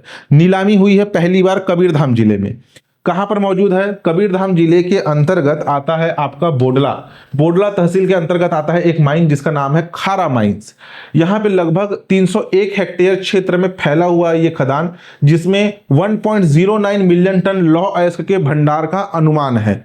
इसका नीलामी जीता है श्याम मिनरल्स कॉर्पोरेशन कोरबा ने, जो कि जिसे ये माइंस अलॉट होगा। राजस्व प्राप्ति, राज्य सरकार एवं डिस्ट्रिक्ट मिनरल फंड को लगभग 150 करोड़ रुपए राजस्व मिलने का अनुमान है। ठीक, कबीरधाम जिले में पहले मुख्य रूप से बॉक्साइट और चूना पत्थर खनन के लिए जाना जाता था, अब लौह अयस्क के लिए भी जाना जाएगा। तो खारा माइंस कहां पर है? कबीरधाम जिले में। कि यहां पे किस खनिज का भंडारण है? यहां पर लौह अयस्क का भंडारण है। नेक्स्ट देखिए, नेक्स्ट है बाघमारा गोल्ड प्रोजेक्ट बलौदाबाजार। छत्तीसगढ़ के बलौदाबाजार के बाघमारा में, बाघ लिखा है ना, बाघमारा में जो है आपके देश की संभावित चौथी स्वर्ण खदान होने का अनुमान है। अभी स्वर्ण भंडारण की पुष्टि तो हुई है, जब ये संचालित होगा तो ये देश की चौथी स्वर्ण खदान बन सकता है, बना नहीं है। यहां पर लगभग 2700 किलोग्राम सोने होने का अनुमान है। गोल्ड खनन क्षेत्र 603 हेक्टेयर क्षेत्र में, ड्रिलिंग गहराई 500 मीटर। कंपनी यहां पे वेदांता समूह के द्वारा गोल्ड की माइनिंग की जाएगी। वर्तमान स्थिति, अगले 2 वर्षों में खनन प्रारंभ होने की संभावना है। अगले 2 साल में यहां पे उत्खनन प्रारंभ हो जाएगा। अभी केवल अनुमान लगाया गया कि 2700 किलो सोना निकलेगा, और अगर खनन प्रारंभ हो गया तो ये देश की चौथी स्वर्ण खदान भी बन जाएगी। केवल डीप ड्रिलिंग एवं एक्सप्लोरेशन जारी है। अभी 81.4 करोड़ रुपए की सरकारी आय अनुमानित है। गोल्ड माइंस, देश के प्रमुख गोल्ड माइंस की अगर हम बात करें जो वर्तमान में संचालित है, एक है हट्टी गोल्ड माइंस कर्नाटक, दूसरा है कोलार गोल्ड माइंस आपका कर्नाटक, दोनों कर्नाटक में है। केजीएफ मूवी देखे हैं ना, उसमें कोलार गोल्ड माइंस ही दिखाया है। केजीएफ के फुल फॉर्म है जो केजीएफ, उसमें के जो है वो आपका यही कोलार गोल्ड फील्ड से ही रिलेटेड है। माइनिंग शुरू नहीं हुई है अभी तक। कहां पर? उत्तर प्रदेश के सोनभद्र में, यहां पर भी आपके गोल्ड माइंस है। आंध्र प्रदेश के रामगिरी गोल्ड फील्ड में, और आंध्र प्रदेश के ही चिगारगुंडा बिस्नाथम वाले एरिया में जो है अभी माइनिंग शुरू नहीं हुई है। यहां पर भी गोल्ड के भंडारण हो सकते हैं, यहां पे भी गोल्ड के भंडार है। हमारा छत्तीसगढ़ में कहां पर है? बाघमारा वाले क्षेत्र में, इसे याद रखना। नेक्स्ट देखिए, छत्तीसगढ़ में यूसीसी लागू करने के लिए समिति का गठन किया गया है। 25 जून को कैबिनेट ने मंजूरी दी है, और साथ ही साथ समान नागरिक संहिता, आप भारतीय संविधान में अनुच्छेद 44 से पढ़ते हैं, समान नागरिक संहिता, यानी कि हर धर्म हर वर्ग के लोगों के लिए एक ही कानून लागू होगा। यूसीसी का मतलब क्या होता है? अगर इसका एग्जांपल लूं मैं वैवाहिक पद्धति से, वैवाहिक पद्धति का मतलब हिंदू धर्म में एक पत्नी रखने का रिवाज है, वहीं मुस्लिम धर्म में बहुपत्नी रखने का रिवाज है। हिंदू धर्म में तलाक के लिए कोर्ट के लिए रुख अपनाया जाता है, वहीं मुस्लिम धर्म में 3 तलाक के माध्यम से होता है, और अन्य धर्मों में अन्य सभी कई माध्यम है। मैं हिंदू और मुस्लिम का इसलिए ले रहा हूं क्योंकि सबसे हाईलाइट यही इशू है। मैं कोई धार्मिक भेदभाव या कोई धार्मिक किसी धर्म विशेष को टारगेट नहीं कर रहा हूं। जो मुख्यतः जो चर्चा में रहते हैं ना, हिंदू मुस्लिम, उसी को ही बस मेन बता रहा हूं आपको। तो ये जो आपका यूसीसी है, समान नागरिक संहिता, इसमें हर धर्म और हर वर्ग के लोगों के लिए एक ही कानून होगा। ठीक है, हमारे यहाँ जो है आपके शारदा एक्ट के तहत विवाह होता है, जो मुस्लिम है उसमें शरीयत के थ्रू जो है विवाह होता है। हर अपने वर्ग में अलग अलग विवाह की पद्धतियां या अलग अलग मान्यता है, या अलग अलग एक्ट उसमें लागू है। राज्य शासन ने छत्तीसगढ़ में यूनिफॉर्म सिविल कोड यूसीसी लागू करने के लिए 5 सदस्यीय समिति का गठन किया है। अभी लागू हुआ नहीं है, अभी समिति बनाई गई है। अब ये समिति प्रारूप तैयार करेगी। छत्तीसगढ़ में यूसीसी लागू करने की संभावना के लिए अध्ययन किया जाएगा। पहले देखिए, इसमें जो है अध्ययन के लिए प्रमुख विषय कौन कौन से है? एक है विवाह, अलग अलग धर्म में विवाह के अलग अलग पद्धति है, किसी में एक विवाह है, किसी में बहु विवाह है। तलाक, तलाक के भी अलग अलग आपके तरीके हैं। भरण पोषण, यानी कि अगर डिवोर्स होता है तो भरण पोषण, जो महिलाएं हैं उसको भरण पोषण का तरीका, ये भी अलग अलग धर्म में अलग अलग है। उत्तराधिकार, यानी कि जो आपका पिता है उसके बाद अगला उत्तराधिकारी कौन बनेगा, और दत्तक पुत्र, दत्तक पुत्र के लिए क्या प्रावधान होगा, ये प्रमुख विषय बनाए गए हैं। ठीक, इसमें इस समिति का जो संरचना है, ये 5 सदस्यीय समिति है, जिसमें रंजना प्रकाश देसाई, जो कि एक रिटायर्ड जज है, उन्हें समिति का अध्यक्ष बनाया गया है। बाकी सदस्य है शत्रुघ्न सिंह, आपका M.K. राउत, मोहन पवार, और महिला सदस्य है ज्योति रानी सिंह। ये जो रंजना प्रकाश देसाई है ये भी महिला है, लेकिन ये जज है, अध्यक्ष है। और जो 4 सदस्य है उसमें महिला एक है, आपकी कौन? ज्योति रानी सिंह। इसमें वर्तमान विधिक स्थिति, यानी कि छत्तीसगढ़ में वर्तमान में क्या विधिक स्थिति है वो देखा जाएगा। नागरिक सामाजिक संगठनों के विशेषज्ञों से विचार विमर्श किया जाएगा। अन्य राज्यों की यूसीसी पे अध्ययन किया जाएगा। भारत में अन्य राज्यों में भी यूनिफॉर्म सिविल कोड लागू है। ठीक है, राज्य शासन जो है यूसीसी का प्रारूप तैयार करेगी और आवश्यकता विधि प्रशासनिक अनुशंसा प्रस्तुत करेगी। अभी केवल एक प्रारूप बनाया जा रहा है। हमारे भारत में जो यूसीसी सबसे पहला, आजादी से पहले जहां पर यूनिफॉर्म सिविल कोड लागू है वो है गोवा, जहां पे पुर्तगाल सिविल कोड लागू है। वर्ष 1867 से लागू है ये, 1867। भारत देश आजाद हुआ 1947 को। गोवा, जहां जो कि पुर्तगालियों के कब्जों में था, अंग्रेजों के कब्जों में नहीं था, ये पुर्तगालियों के कब्जों में था। 1961 में यह आजाद हुआ। भारत आजाद हुआ 1947 में, जबकि पुर्तगालियों ने गोवा को अपने कब्जे से छोड़ा कब? 1961। 1961 तक पुर्तगालियों के कब्जे में था गोवा। ठीक है, तो यहां पे पुर्तगाली सिविल कोड लागू है। भारत का पहला राज्य जहां पे समान नागरिक संहिता यूसीसी प्रभावी है। और आजादी के बाद की बात करें तो उत्तराखंड आजादी के बाद यूसीसी लागू करने वाला भारत का पहला राज्य है, जहां पर 27 जनवरी 2025 से लागू है। तो इसको भी याद रखना। ठीक, पद्मश्री पुरस्कार, पद्मश्री 2026, हमारे छत्तीसगढ़ में 2 पद्मश्री प्रदान किए गए 2026 के लिए, एक संयुक्त रूप से और एक एकल। संयुक्त रूप से प्रदान किया गया है आपके गोडबोले दंपत्ति को, डॉक्टर रामचंद्र गोडबोले और श्रीमती सुनीता गोडबोले, दोनों हस्बैंड वाइफ है। ये जो है, इन्हें चिकित्सा के क्षेत्र में यह पुरस्कार प्रदान किया गया। इन्हें स्थानीय स्तर पर हमारे छत्तीसगढ़, दक्षिण छत्तीसगढ़, बस्तर वाले क्षेत्र में डॉक्टर भैया भाभी के नाम से इन्हें जानते हैं। डॉक्टर भैया भाभी, ये मुख्य रूप से रहने वाले थे महाराष्ट्र के सतारा वाले क्षेत्र में। ठीक है, डॉक्टर थे। रिटायरमेंट के बाद ये हमारे छत्तीसगढ़ वाले क्षेत्र में आकर के यहाँ के स्थानीय जो आदिवासी है उनका उपचार करना शुरू किया। वर्ष 1990 से ये छत्तीसगढ़ वाले क्षेत्र में रह करके लोगों का मुफ्त में इलाज कर रहे हैं। इनका जो वर्तमान निवास है ये है बारसूर दंतेवाड़ा वाले क्षेत्र में। वनवासी कल्याण आश्रम जो है ये इनका मुख्य निवास है। इनके द्वारा संस्था चलाया जाता है ट्रस्ट फॉर हेल्थ के नाम से। पिछले 40 से अधिक वर्षों 4 दशक से बस्तर के सबसे कठिन, पहुंचहीन एवं नक्सल प्रभावित इलाकों जैसे बारसूर, दंतेवाड़ा और अबूझमाड़ में निस्वार्थ भाव से स्वास्थ्य सेवाएं दे रहे हैं। श्रीमती सुनीता गोड़बोले वनवासी बच्चों के स्वास्थ्य और कल्याण के लिए वनफुल, इसको भी याद रखना, वनफुल नाम से संस्था के माध्यम से लगातार सक्रिय है। एक तो इनकी संस्था का नाम जो कि इलाज करिए ट्रस्ट फॉर हेल्थ, जबकि बच्चों के लिए जो चलाया जा रहा है उसका नाम है वनफुल, इसको भी याद रखना। पद्मश्री मिला है दोनों को संयुक्त रूप से चिकित्सा के क्षेत्र में। दूसरे है आपकी डॉक्टर बुधरी ताती, ठीक, समाज सेवा के लिए पुरस्कार मिला है। इन्हें बड़ी दीदी के नाम से जाना जाता है। इनका जन्म स्थल है दंतेवाड़ा का हीरानार गांव। इन्होंने जो है 15 वर्ष की उम्र से ही सेवा करना शुरू कर दिया, समाज सेवा का क्षेत्र। इनकी संस्था का नाम है मां शंखिनी महिला उत्थान संस्था। ये इन्हें प्रेरणा मिला समाज सेवा करने के लिए लखनऊ बाबा, जो कि गुरुगुंडा आश्रम से संबंधित है, लखनऊ बाबा। बुधरी ताती के स्थानीय आदिवासी महिला सशक्तिकरण के लिए उत्कृष्ट योगदान के लिए स्वास्थ्य के प्रति जागरूकता फैलाने और बस्तर में पारंपरिक ढोकरा शिल्प, ठीक है, ढोकरा शिल्प कला के संरक्षण विकास एवं अत्यंत महत्वपूर्ण भूमिका विकास के लिए अत्यंत महत्वपूर्ण भूमिका निभाई है। इन्होंने हीरानार में मां शंखिनी महिला उत्थान संस्था के जरिए अनाथ बच्चों की शिक्षा एवं देखभाल की जिम्मेदारी इन्होंने उठाई। संस्था का नाम याद रखना ना, मां शंखिनी महिला उत्थान संस्था, और इनका क्या है ट्रस्ट फॉर हेल्थ, और बच्चों के लिए है वनफुल, ठीक। इन्हें मिला है समाज सेवा के क्षेत्र में, और वो डॉक्टर दंपत्ति को मिला है चिकित्सा के क्षेत्र में, ठीक है। नेक्स्ट देखिए, उद्दंती सीता नदी में hornbill safari.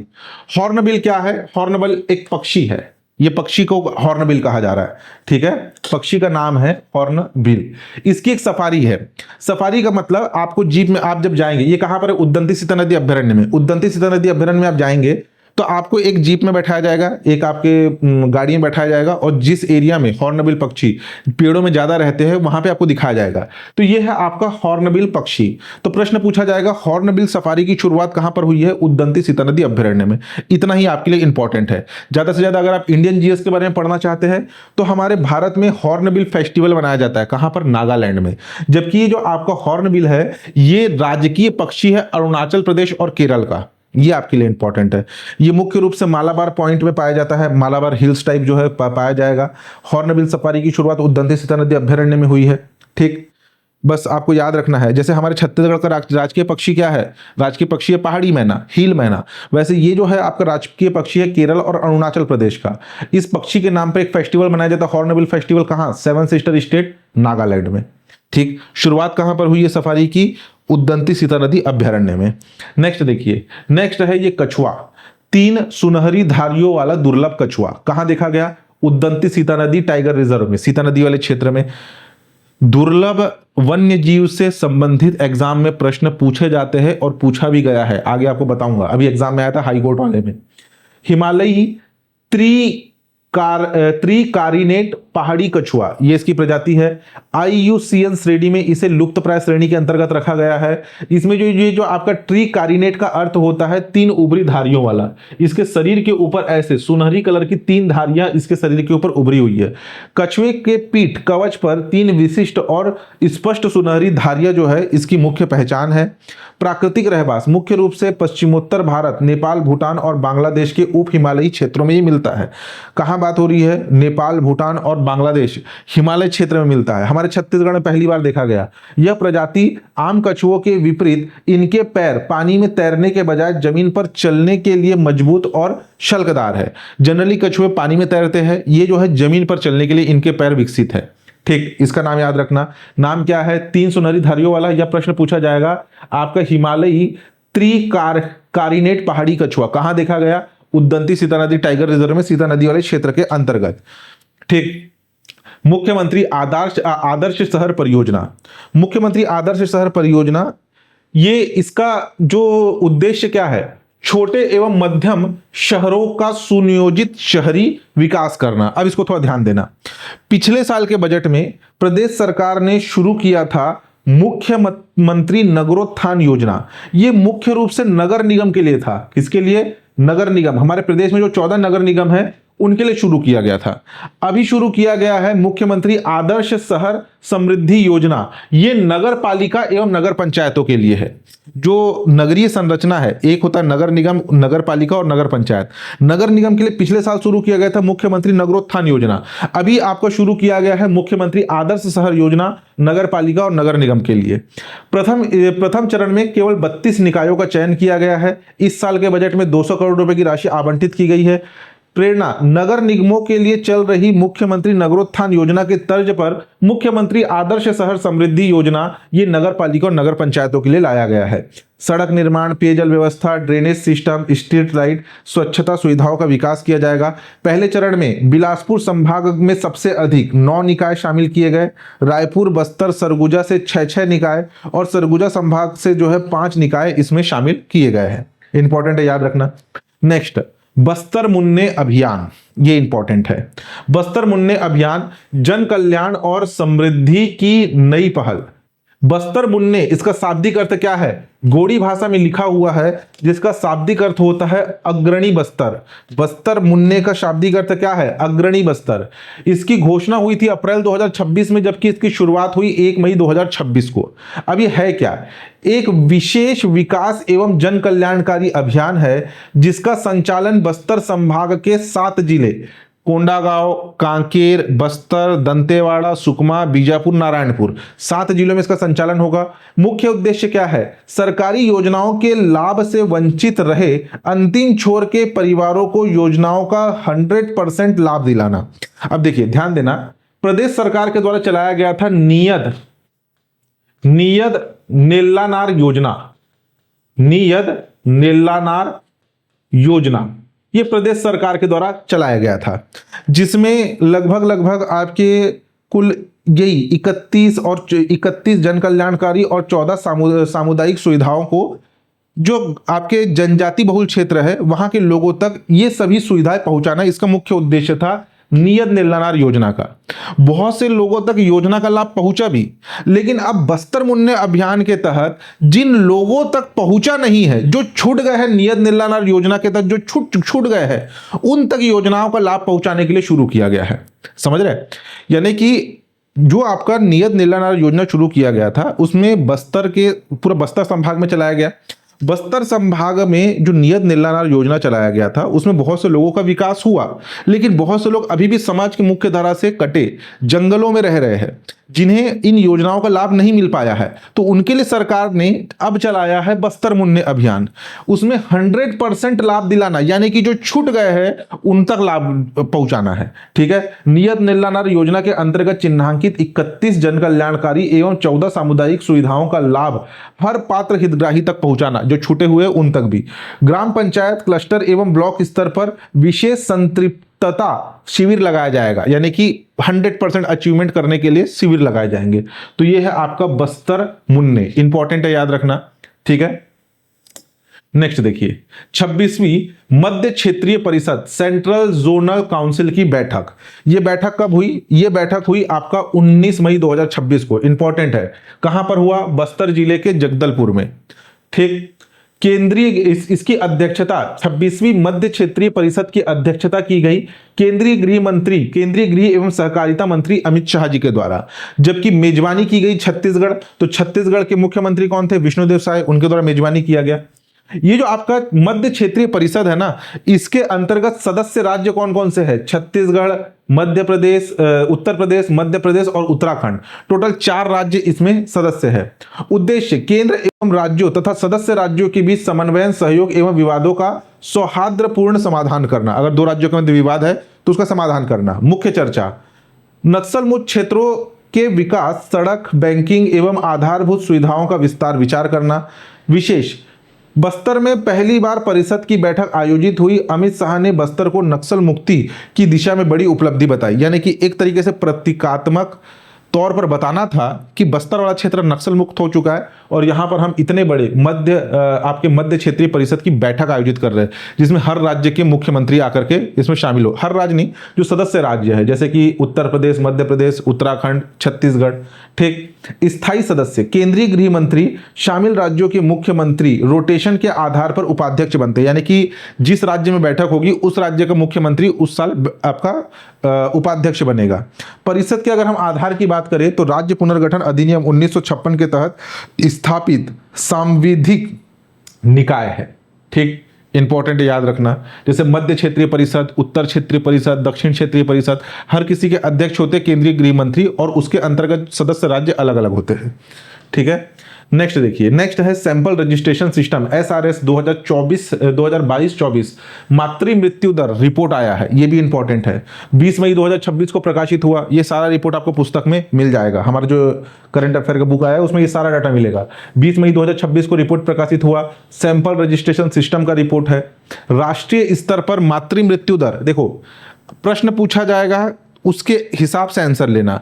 National family health survey report के अनुसार पूछ रहा है कि सैंपल रजिस्ट्रेशन सिस्टम रिपोर्ट के अनुसार पूछ रहा है कि छत्तीसगढ़ आर्थिक सर्वेक्षण के अनुसार पूछ रहा है कि सतत विकास लक्ष्य के अनुसार पूछ रहा है, उसके हिसाब से आपका आंसर बदलेगा। जैसे कि सैंपल रजिस्ट्रेशन सिस्टम रिपोर्ट के अनुसार मातृ मृत्यु दर है 88, यानी कि प्रति लाख जीवित जन्म, यानी कि एक माता के द्वारा प्रति लाख माताओं में उनके डिलीवरी के दौरान, यानी कि बच्चे को जन्म देने के दौरान कितनी माताओं की मृत्यु हो जाती है, तो प्रति लाख जीवित जन्म बच्चों में 88, ये आपका राष्ट्रीय औसत है मातृ मृत्यु दर का। छत्तीसगढ़ की बात करें तो छत्तीसगढ़ में है 124, ये डाटा याद रखना। सैंपल रजिस्ट्रेशन सिस्टम रिपोर्ट के अनुसार 2022-24 के दौरान छत्तीसगढ़ में मातृ मृत्यु दर कितना है, 124। 22 अंकों की गिरावट दर्ज की गई है, बेहतर सुधार हुआ है। पिछला जो आपका रिपोर्ट था उसमें था 146, अभी है 124, सुधार हुआ है। छत्तीसगढ़ का रैंकिंग, छत्तीसगढ़ में तीसरा सर्वाधिक मातृ मृत्यु दर वाला राज्य है उड़ीसा के साथ संयुक्त रूप से, आगे आपको रैंक बताऊंगा। विशेष राष्ट्रीय स्तर पर भारत की औसत मातृ मृत्यु दर प्रति लाख जीवित जन्मों पर मामूली सुधार के साथ 87 पर पहुंचा है, 87 पर पहुंच गया है, जो कि पिछले वर्ष जो है 88 था। अच्छा ये 87 है, इसको याद रखना ना, ये 87 है शायद। ठीक, लक्ष्य, भारत का MMR संयुक्त राष्ट्र के सतत विकास लक्ष्य SDG के तहत 2030 तक 70 लाने का लक्ष्य रखा गया है। नेक्स्ट, अच्छा ये है आपका रैंकिंग। सबसे ज्यादा है आपका उत्तर प्रदेश में 154, मध्य प्रदेश में 135 और छत्तीसगढ़ और उड़ीसा में है 124। तीसरे नंबर पर, चौथे नंबर पर है आपका उत्तराखंड। सबसे कम है केरल में मात्र 24, उसके बाद है तमिलनाडु 25, फिर तीसरे पे है आपका महाराष्ट्र 37, फिर आंध्र प्रदेश और तेलंगाना। आपका SDG 70 से कम MMR राज्य, ये जो यानी कि जो आपका सतत विकास लक्ष्य है, सस्टेनेबल डेवलपमेंट गोल, जिसके तहत 70 से कम मातृ मृत्यु दर लाने का लक्ष्य रखा गया है, बहुत से राज्य इसने अचीव कर लिया है, जैसे कि केरल, तमिलनाडु, महाराष्ट्र, आंध्र प्रदेश, तेलंगाना जैसे दक्षिणी एवं प्रगतिशील राज्य पहले ही संयुक्त राष्ट्र के 70 से कम वाले लक्ष्य को पार कर चुके हैं। ठीक, नेक्स्ट देखिए, 76वीं जूनियर नेशनल बास्केटबॉल चैंपियनशिप 2026, इसका आयोजन हुआ 22 मई से लेकर के 29 मई 2026 के मध्य। इसका आयोजन हुआ पुडुचेरी के राजीव गांधी इंडोर स्टेडियम में इसका आयोजन हुआ। उपलब्धि, छत्तीसगढ़ बालिका टीम ने स्वर्ण पदक जीता। प्रश्न पूछा जाएगा कि 76वीं जूनियर नेशनल बास्केटबॉल टीम में चैंपियनशिप में छत्तीसगढ़ की महिला बालिका टीम ने कौन सा पदक जीता, तो स्वर्ण पदक जीता। छत्तीसगढ़ ने केरल को 55-51 से हराया। विशेष, छत्तीसगढ़ ने 14 वर्ष बाद जूनियर नेशनल का खिताब जीता है। इसमें जो मोस्ट वैल्यूएबल प्लेयर रही वो थी महासमुंद की दिव्या रंगारी। ठीक, फाइनल में 22 अंक इन्होंने जीता, 50,000 रुपए की पुरस्कार राशि भी इन्हें मिली। कप्तान थी इस आपके बालिका टीम की, वो थी अंजलि कोड़ापे, जबकि मुख्य कोच थे कालवा राजेश्वर राव। आयोजक बास्केटबॉल फेडरेशन ऑफ इंडिया एवं पुडुचेरी बास्केटबॉल एसोसिएशन के द्वारा हुआ। छत्तीसगढ़ की, अगर हम बालक वर्ग की विजेता की बात करें, बालिका वर्ग में छत्तीसगढ़ विजेता रही, बालक वर्ग में कर्नाटक बालक टीम जो है इस प्रतिस्पर्धा में स्वर्ण पदक जीते। नेक्स्ट है दुर्लभ वाटर जेंटलमैन, ये कौन है? ये एक आपका दुर्लभ वन्य जीव है जिसे हम साधारण बोलचाल की भाषा में कहते हैं उदबिलाव। ठीक है, ऑटर उदबिलाव कहते हैं। गरियाबंद जिले के उदंती सीता नदी टाइगर रिजर्व के अंतर्गत देखा गया। वाटर जेंटलमैन कहा जाता है। क्यों? क्योंकि जिस स्थान पर यह जीव पाया जाता है वहां पर जलीय पारिस्थितिकीय तंत्र का स्तर काफी अच्छा होता है, ऐसा माना जाता है। ट्रैप कैमरे में दुर्लभ आपके उदबिलाव की पुष्टि हुई है। नदी, तालाबों एवं अन्य जल स्रोतों में यह रहता है, यानी कि मीठे जल का जीव है। इसकी उपस्थिति स्वच्छ एवं स्वस्थ जलीय पारिस्थितिकीय तंत्र का सूचक होता है, यानी कि उस क्षेत्र में जलीय पारिस्थितिकीय तंत्र काफी अच्छा है, ऐसा माना जाता है। उपस्थिति इससे पहले इंद्रावती नदी में देखा गया था। इंद्रावती नदी के बाद गरियाबंद जिले के उद्यंती सीतानदी टाइगर रिजर्व में इसका प्रमाणिक दर्ज हुआ है। दुनिया भर में उदबिलाव के 13 प्रजातियां पाई जाती है, जिसमें भारत में 3 प्रजातियां हैं। एक है आपका यूरेशियन, दूसरा है स्मूथ कोटेड और तीसरा है स्मॉल क्लाउड उदबिलाव। ठीक। वाटर जेंटलमैन कहां मिला है? हमारे छत्तीसगढ़ के उद्यंती सीता नदी टाइगर रिजर्व में। नेक्स्ट है Chhattisgarh cricket premier league CCPL, जिसका तीसरा संस्करण आयोजित हुआ 3 जून से लेकर के 14 जून 2026 के मध्य शहीद वीर नारायण सिंह स्टेडियम रायपुर में। कुल 6 टीमें इसमें शामिल हुई। शुरुआती मैच 3 जून को उद्घाटन मैच खेला गया रायपुर राइनोस एवं राजनांदगांव पैंथर के मध्य। विशेष, इस लीग में दर्शकों के लिए निःशुल्क प्रवेश दिया गया था। पकड़ो कैच जीतो कैश, यानी कि दर्शकों के बीच में से अगर कोई 6 लगता है, कोई किसी प्लेयर ने 6 मारा और दर्शकों के बैच में से किसी ने कैच ले लिया, तो मैच के बीच में दर्शक अगर कैच पकड़ता है तो उसे 10,000 रुपए दिया जाएगा। मतलब ये रखा गया था पुरस्कार। अब इसमें जो है बस बिलासपुर बुल्स ने रायगढ़ लॉयंस को हरा करके CCPL चैंपियनशिप का गौरव हासिल किया। तो इसमें जीते कौन? बिलासपुर बुल्स जो है CCPL 3 की चैंपियन रही। ठीक। इसमें अगर आप देखेंगे तो कुल 6 टीम थे, जैसे कि रायपुर राइनोस के कप्तान थे आपके अमनदीप, उसके बाद आपका बिलासपुर बुल्स के कप्तान थे आयुष पांडे, सरगुजा टाइगर्स के कप्तान थे आशुतोष सिंह, बस्तर बाइसन के कप्तान थे अनुज तिवारी, राजनांदगांव पैंथर्स के कप्तान थे अजय मंडल और रायगढ़ लॉयंस के कप्तान थे ऋषभ तिवारी। ये कप्तानों के नाम भी याद रख लेना। नेक्स्ट देखिए, छत्तीसगढ़ कर्मचारी चयन मंडल, Chhattisgarh staff selection board CGSSB, ये आपके व्यापम का नया स्वरूप है। पहले जिसे आप छत्तीसगढ़ व्यापम के नाम से जानते थे, अब वो छत्तीसगढ़ कर्मचारी चयन मंडल में जिसका विलय हो गया है व्यापम का। तो ये जो आपका इसके लिए छत्तीसगढ़ कर्मचारी चयन मंडल विधेयक 2026 लाया गया था। इसकी अधिसूचना 30 अप्रैल 2026 को राजपत्र में अधिसूचना जारी होने के साथ लागू हो गया।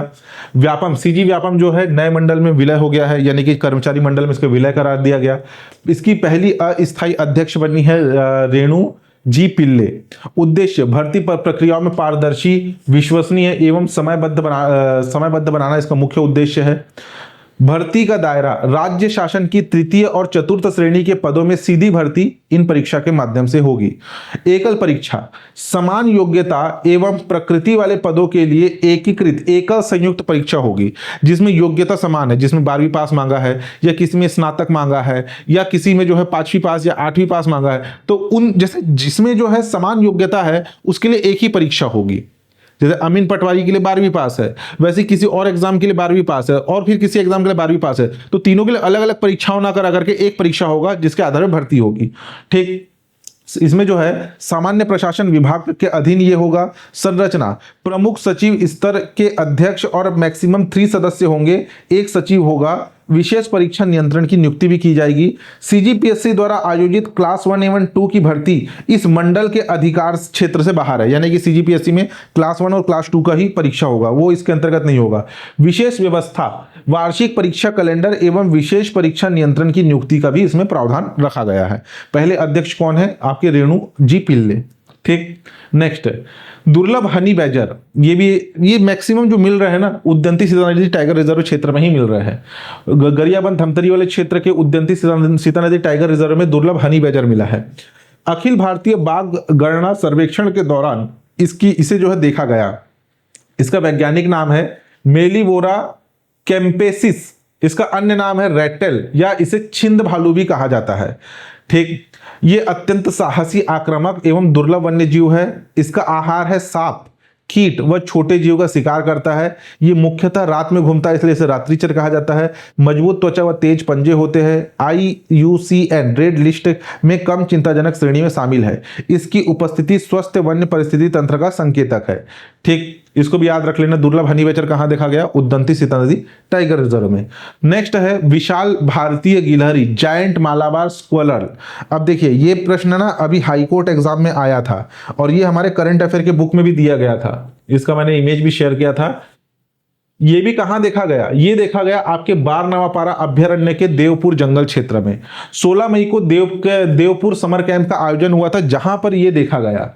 ये जो आपका ये भारत का सबसे विशाल गिलहरी है, आकार में सबसे, गिलहरी छोटा करके होते, ये काफी बड़ा है, ठीक। इसका वैज्ञानिक नाम है रेटुफा इंडिका। पहचान गहरे लाल, काले, भूरे एवं क्रीम रंगों का आकर्षण, ठीक है। पीला कलर है, लाल कलर है, काला कलर है, मतलब पूरा इंद्रधनुष बन के घूम रहा है ये गिलहरी। भारत के सबसे बड़ी वृक्षवासी गिलहरियों में से एक है, लंबाई लगभग इसकी 3 फीट होती है।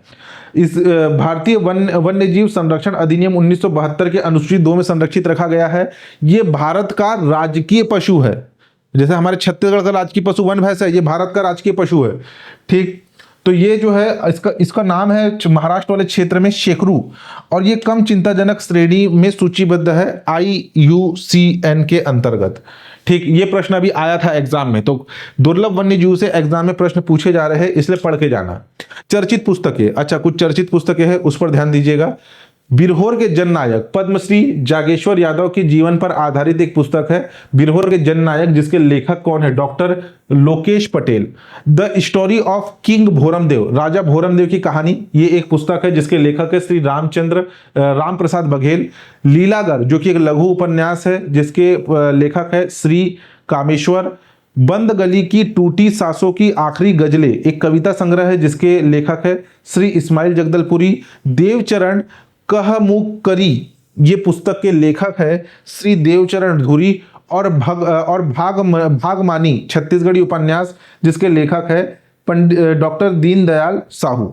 इनके भी नाम याद रख लेना, जिसमें शुरू के 2 तो काफी इंपॉर्टेंट है। नेक्स्ट देखिए, सुशासन तिहार। सुशासन तिहार, जिसका आयोजन हुआ 1 मई 2026 से शुरू होकर के 10 जून 2026 तक चला। सबसे पहले तो इसका डेट ही याद रखना, कब से कब तक चला। इसका मुख्य उद्देश्य क्या था? संवाद से संपूर्ण समाधान के संकल्प के साथ प्रशासन को सीधे जनता के द्वार तक ले जाना इसका मुख्य उद्देश्य था। तो संवाद से संपूर्ण समाधान, इसका एक टैगलाइन याद रखना। ग्रामीण क्षेत्र में 15 से 20 ग्राम पंचायतों के समूह क्लस्टर पर समाधान शिविर लगाया गया, यानी कि 15 से 20 ग्राम पंचायतों के बीच में एक समाधान शिविर लगा। शहरी क्षेत्र में वार्ड क्लस्टर के आधार पर विशाल समाधान शिविर लगाए गए। त्वरित निराकरण, नागरिकों की पुरानी समस्याओं, शिकायतों एवं मांगों से संबंधित आवेदनों के मौके पर ही त्वरित एवं समयबद्ध निपटारा करना, ये जो है सुशासन त्योहार में किया गया, ठीक है। आपके शहर, आपके ग्राम, समस्याओं का समाधान, सुशासन तिहार।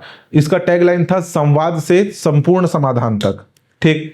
नेक्स्ट है नेक्स्ट जेन सीजी डायल 112 विस्तार। देखिए हमारे छत्तीसगढ़ में वर्ष 2018 को डायल 112 की शुरुआत हुई थी। कब? वर्ष 2018 में। अभी 18 मई 2026 को केंद्रीय गृह मंत्री अमित शाह जी के द्वारा एवं मुख्यमंत्री विष्णुदेव साय जी के द्वारा नेक्स्ट जेन सीजी डायल 112 की शुरुआत की गई। सेवा का विस्तार, ठीक है। ये कुछ नहीं था, वर्ष 2018 में जो शुरू हुआ था डायल 112, जो कि केवल 16 जिलों में संचालित था, अब इसे 16 जिलों से बढ़ा करके 33 जिलों में लागू कर दिया गया। बस यही हुआ है। 2018 में जो शुरू हुआ था वो छत्तीसगढ़ के केवल 16 जिलों में लागू था, या 16 जिले में डायल 112 गाड़ियां चल रही थी। अब इसका विस्तार 33 जिलों में कर दिया गया। इसका टैगलाइन क्या है? एक के नंबर सब्बो बर। इसमें आप फायर सेफ्टी का भी, यानी कि अगर आपके घर में आग लग गई है तो आपको अलग से फायर डिपार्टमेंट का नंबर याद रखने की जरूरत नहीं है, पुलिस डिपार्टमेंट का अलग नंबर याद रखने की जरूरत नहीं है, एम्बुलेंस का अलग नंबर याद करने की जरूरत नहीं है। आपको किसी प्रकार की आपकी आपातकालीन सुविधा अगर आपको चाहिए तो आप इस नंबर पर संपर्क कर सकते हैं, डायल 112, एक के नंबर सब्बो बर। 400 से अधिक हाईटेक इमरजेंसी रिस्पांस व्हीकल शामिल किए गए। शहरी क्षेत्रों में 10 मिनट से कम समय में सहायता उपलब्ध कराने का लक्ष्य है। इसमें पुलिस, एम्बुलेंस, फायर ब्रिगेड, महिला एवं चाइल्ड हेल्पलाइन की एकीकृत सुविधा दी गई है। जीपीएस, पीडीजी कैमरा लगाए गए हैं, डैश कैमरा लगाए गए हैं, पुलिस एनवीआर एवं सोलर बैकअप रखा गया है। विशेष, प्रत्येक जिले में मोबाइल फॉरेंसिक वैन उपलब्ध कराई गई है। ये सारा चीज है इसके अंतर्गत, ठीक। नेक्स्ट देखिए, अनिमेष कुजूर ने रचा इतिहास। न्यू ताइपे सिटी में 200 मीटर में रजत पदक जीता अनिमेष कुजूर। अनिमेष कुजूर जो कि हमारे छत्तीसगढ़ के जशपुर के रहने वाले हैं, इनके बारे में और भी आपको डिटेलिंग बताऊंगा। तो अनिमेष कुजूर जिन्होंने न्यू ताइपे में 200 मीटर में रजत पदक जीता। राष्ट्रीय रिकॉर्डधारी धावक अनिमेष कुजूर जिन्होंने new Taipei city athletics open 2026 जिसका आयोजन 6 से 7 जून के मध्य हुआ, 200 मीटर दौड़ में 20.47 सेकंड समय निकाल करके रजत पदक इन्होंने जीता। यह उनके करियर का चौथा सर्वश्रेष्ठ प्रदर्शन रहा, जबकि थाईलैंड के पूरी पोल बुनसोन ने 20.03 सेकंड में स्वर्ण पदक जीता। तो new Taipei city athletics open 2026 में इन्होंने कौन सा पदक जीता? रजत पदक जीता 200 मीटर रेस में। ठीक, नेक्स्ट है महक नरवासे, भारतीय अंडर 19 महिला क्रिकेट टीम की उप कप्तान बनाई गई। कौन? छत्तीसगढ़ की महक नरवासे छत्तीसगढ़ की पहली महिला क्रिकेटर बनी जो भारतीय अंडर 19 टीम की उप कप्तान बनी है। जून 2026 में भारतीय अंडर 19 टीम की उप कप्तान नियुक्त हुई है। श्रीलंका दौरे में अंडर 19 महिला की T20 एवं ODI सीरीज दोनों की यह उप कप्तान रहेगी। भारतीय टीम में इस पद तक पहुंचने वाली छत्तीसगढ़ की पहली महिला क्रिकेटर है आपकी महक नरवासे। सीनियर महिला वनडे ट्रॉफी 2025-26 में शानदार प्रदर्शन, 9 मैच 212 रन और 20 विकेट लिए। ये निवासी कहाँ की है? राजनांदगांव की निवासी है। दाएं हाथ की बल्लेबाज और ऑफ स्पिन गेंदबाज है। हमारे ये जो है घरेलू प्रतिनिधित्व कर चुकी है छत्तीसगढ़ में अंडर 15, अंडर 19 और अंडर 23 एवं सीनियर टीम को। ठीक, इंपॉर्टेंट है, याद रख लेना।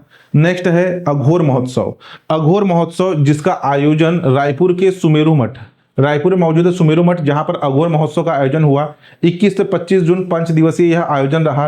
बाबा श्री अघोरनाथ प्राकट्य दिवस के रूप में मनाया जाता है अघोर महोत्सव। पारद निर्मित जो है रमेश्वर शिवलिंग मौजूद है। यहाँ पर एक शिवलिंग है जो कि पारद यानी कि मरकरी से बना हुआ है। ठीक है, मरकरी Hg इससे बना हुआ है। विश्व का एकमात्र श्रीयंत्र आकार का गुंबद जिसमें ये जो कोने है ना, ये जो कोने हैं टोटल 43 कोने एवं प्रत्येक कोण में पारद यानी कि मरकरी शिवलिंग स्थापित है। पारद शिवलिंगों की स्थापना सकारात्मक ऊर्जा प्रवाह हेतु की गई है। ठीक, इंपॉर्टेंट है, इसे भी याद रखना। नेक्स्ट है इलेक्ट्रॉनिक्स एंड इंजीनियरिंग आधारित विशेष आर्थिक प्रक्षेत्र यानी कि सेज। कहां पर खोला गया? रायपुर जिले के नया रायपुर में। नवा रायपुर का ये जो है दूसरा विशेष आर्थिक प्रक्षेत्र है। स्वीकृत कंपनी ये जो इलेक्ट्रॉनिक्स एंड इंजीनियरिंग आधारित स्पेशल इकोनॉमिक जोन है, ये पॉलीमेटेक इलेक्ट्रॉनिक्स लिमिटेड के द्वारा जो है इसे खोला जाएगा। इसके लिए 10.13 हेक्टेयर क्षेत्र उपलब्ध कराया गया है। इस सेज के जरिए छत्तीसगढ़ का पहला सेमीकंडक्टर निर्माण संयंत्र भी स्थापित होगा। प्रभाव, नवा रायपुर इलेक्ट्रॉनिक्स एंड सेमीकंडक्टर उद्योग का नया केंद्र बन सकता है। विशेष, भारत का पहला AI केंद्रित स्पेशल इकोनॉमिक जोन नवा रायपुर में बनने जा रहा है। इस आपके AI आधारित सेज के बाद दूसरा बन रहा है कौन सा? इलेक्ट्रॉनिक्स एंड इंजीनियरिंग आधारित सेज। ठीक, केंद्रीय उद्योग एवं आंतरिक व्यापार संवर्धन विभाग द्वारा छत्तीसगढ़ को हाई परफॉर्मर राज्य माना गया है। इसको भी देख लेना। अरुण देव गौतम कौन है? अरुण देव गौतम जो कि हमारे छत्तीसगढ़ के 12वें पूर्णकालिक पुलिस महानिर्देशक है। 1992 बैच के भारतीय पुलिस सेवा IPS अधिकारी है, जो कि कोरिया, रायगढ़, जशपुर, राजनांदगांव, सरगुजा और बिलासपुर में SP के रूप में कार्य कर चुके हैं। 2018 में इन्हें राष्ट्रपति पुलिस पदक से सम्मानित किया गया। भारतीय पुलिस पदक 2010 से सम्मानित किया गया। जहां तक कि यूनाइटेड नेशन संयुक्त राष्ट्र पदक कोसोवो मिशन 2002 संयुक्त राष्ट्र से जो है इन्हें सम्मानित किया गया। अरुण देव गौतम जो कि पुलिस महानिदेशक DGP है।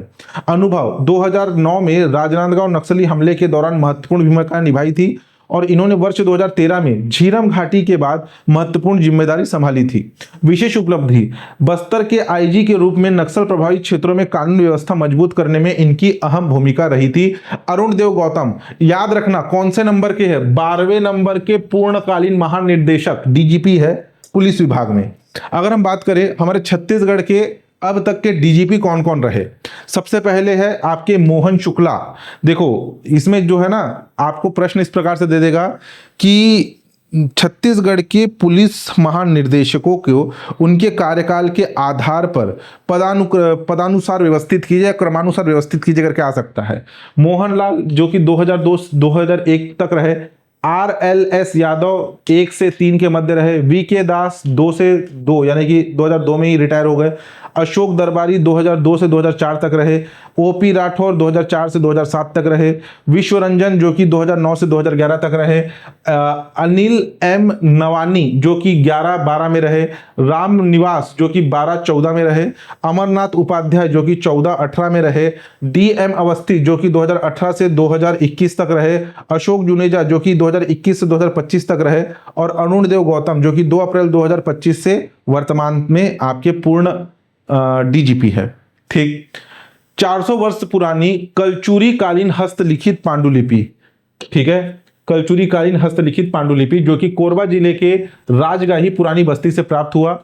23 मई 2026 को इसे खोजा गया। ज्ञान भारतम मिशन पांडुलिपि के अंतर्गत 16वीं सदी की लगभग 400 साल पुरानी कलचुरी कालीन 27 हस्तलिखित पांडुलिपियां प्राप्त हुई, जिसमें प्रमुख है आपका श्रीमद् भागवत पुराण, सुख सागर का 12वां स्कंद एवं स्कंद पुराण की दुर्लभ प्रतियां इसमें प्राप्त हुई, जो कि संस्कृत भाषा एवं देवनागरी लिपि में लिखी हुई है। संरक्षण, ज्ञान भारतम ऐप के माध्यम से डिजिटल संरक्षण एवं राष्ट्रीय अभिलेखीकरण किया गया। विशेषता, कोरबा की अंतिम शासिका दिवंगत रानी धनराज कुंवर देवी के नाती कुमार रवि भूषण प्रताप सिंह के निवास में कुल 27 प्राचीन पांडुलिपियां मिली है। पांडुलिपियां कोरबा के राज परिवार द्वारा पीढ़ियों से संरक्षित थी। धार्मिक आयोजन पे वाचन हेतु इसका उपयोग होता था। ठीक है, यानी कि लाल कलर के पोथी में लिपटा हुआ श्रीमद् भागवत पुराण जो कि पूजा के लिए बाहर निकलता था, लेकिन ये कलचुरी कालीन 400 साल पुराना पोथी है वो। ठीक, नेक्स्ट देखिए, तालाब में मिला प्राचीन स्नानागार एवं सीढ़ीदार स्नान घाट के साक्ष्य। ठीक है, ये साक्ष्य होगा, साक्ष्य, ये तो गलती करता है AI। ठीक, और ये AI इंसानों की जगह लेगा बोलते हैं। तखतपुर, बिलासपुर जिले के तखतपुर के छतौना ग्राम में जूनी तालाब में खुदाई के दौरान कुछ प्राचीन स्नानागार एवं सीढ़ी नुमा स्नान घाट के साक्ष्य मिले हैं। तालाब की सफाई की जा रही थी, गहरीकरण किया जा रहा था, उस दौरान प्राचीन सीढ़ीदार घाट एवं कुंड नुमा संरचना प्राप्त हुआ है। आकार लगभग 40 फीट लंबा और 15 फीट चौड़ा है। संभावित काल कलचुरी वंश काल के अवशेष माने जा रहे हैं। महत्व, संरचना किसी प्राचीन मंदिर एवं धार्मिक स्थल से जुड़े होने की संभावना है।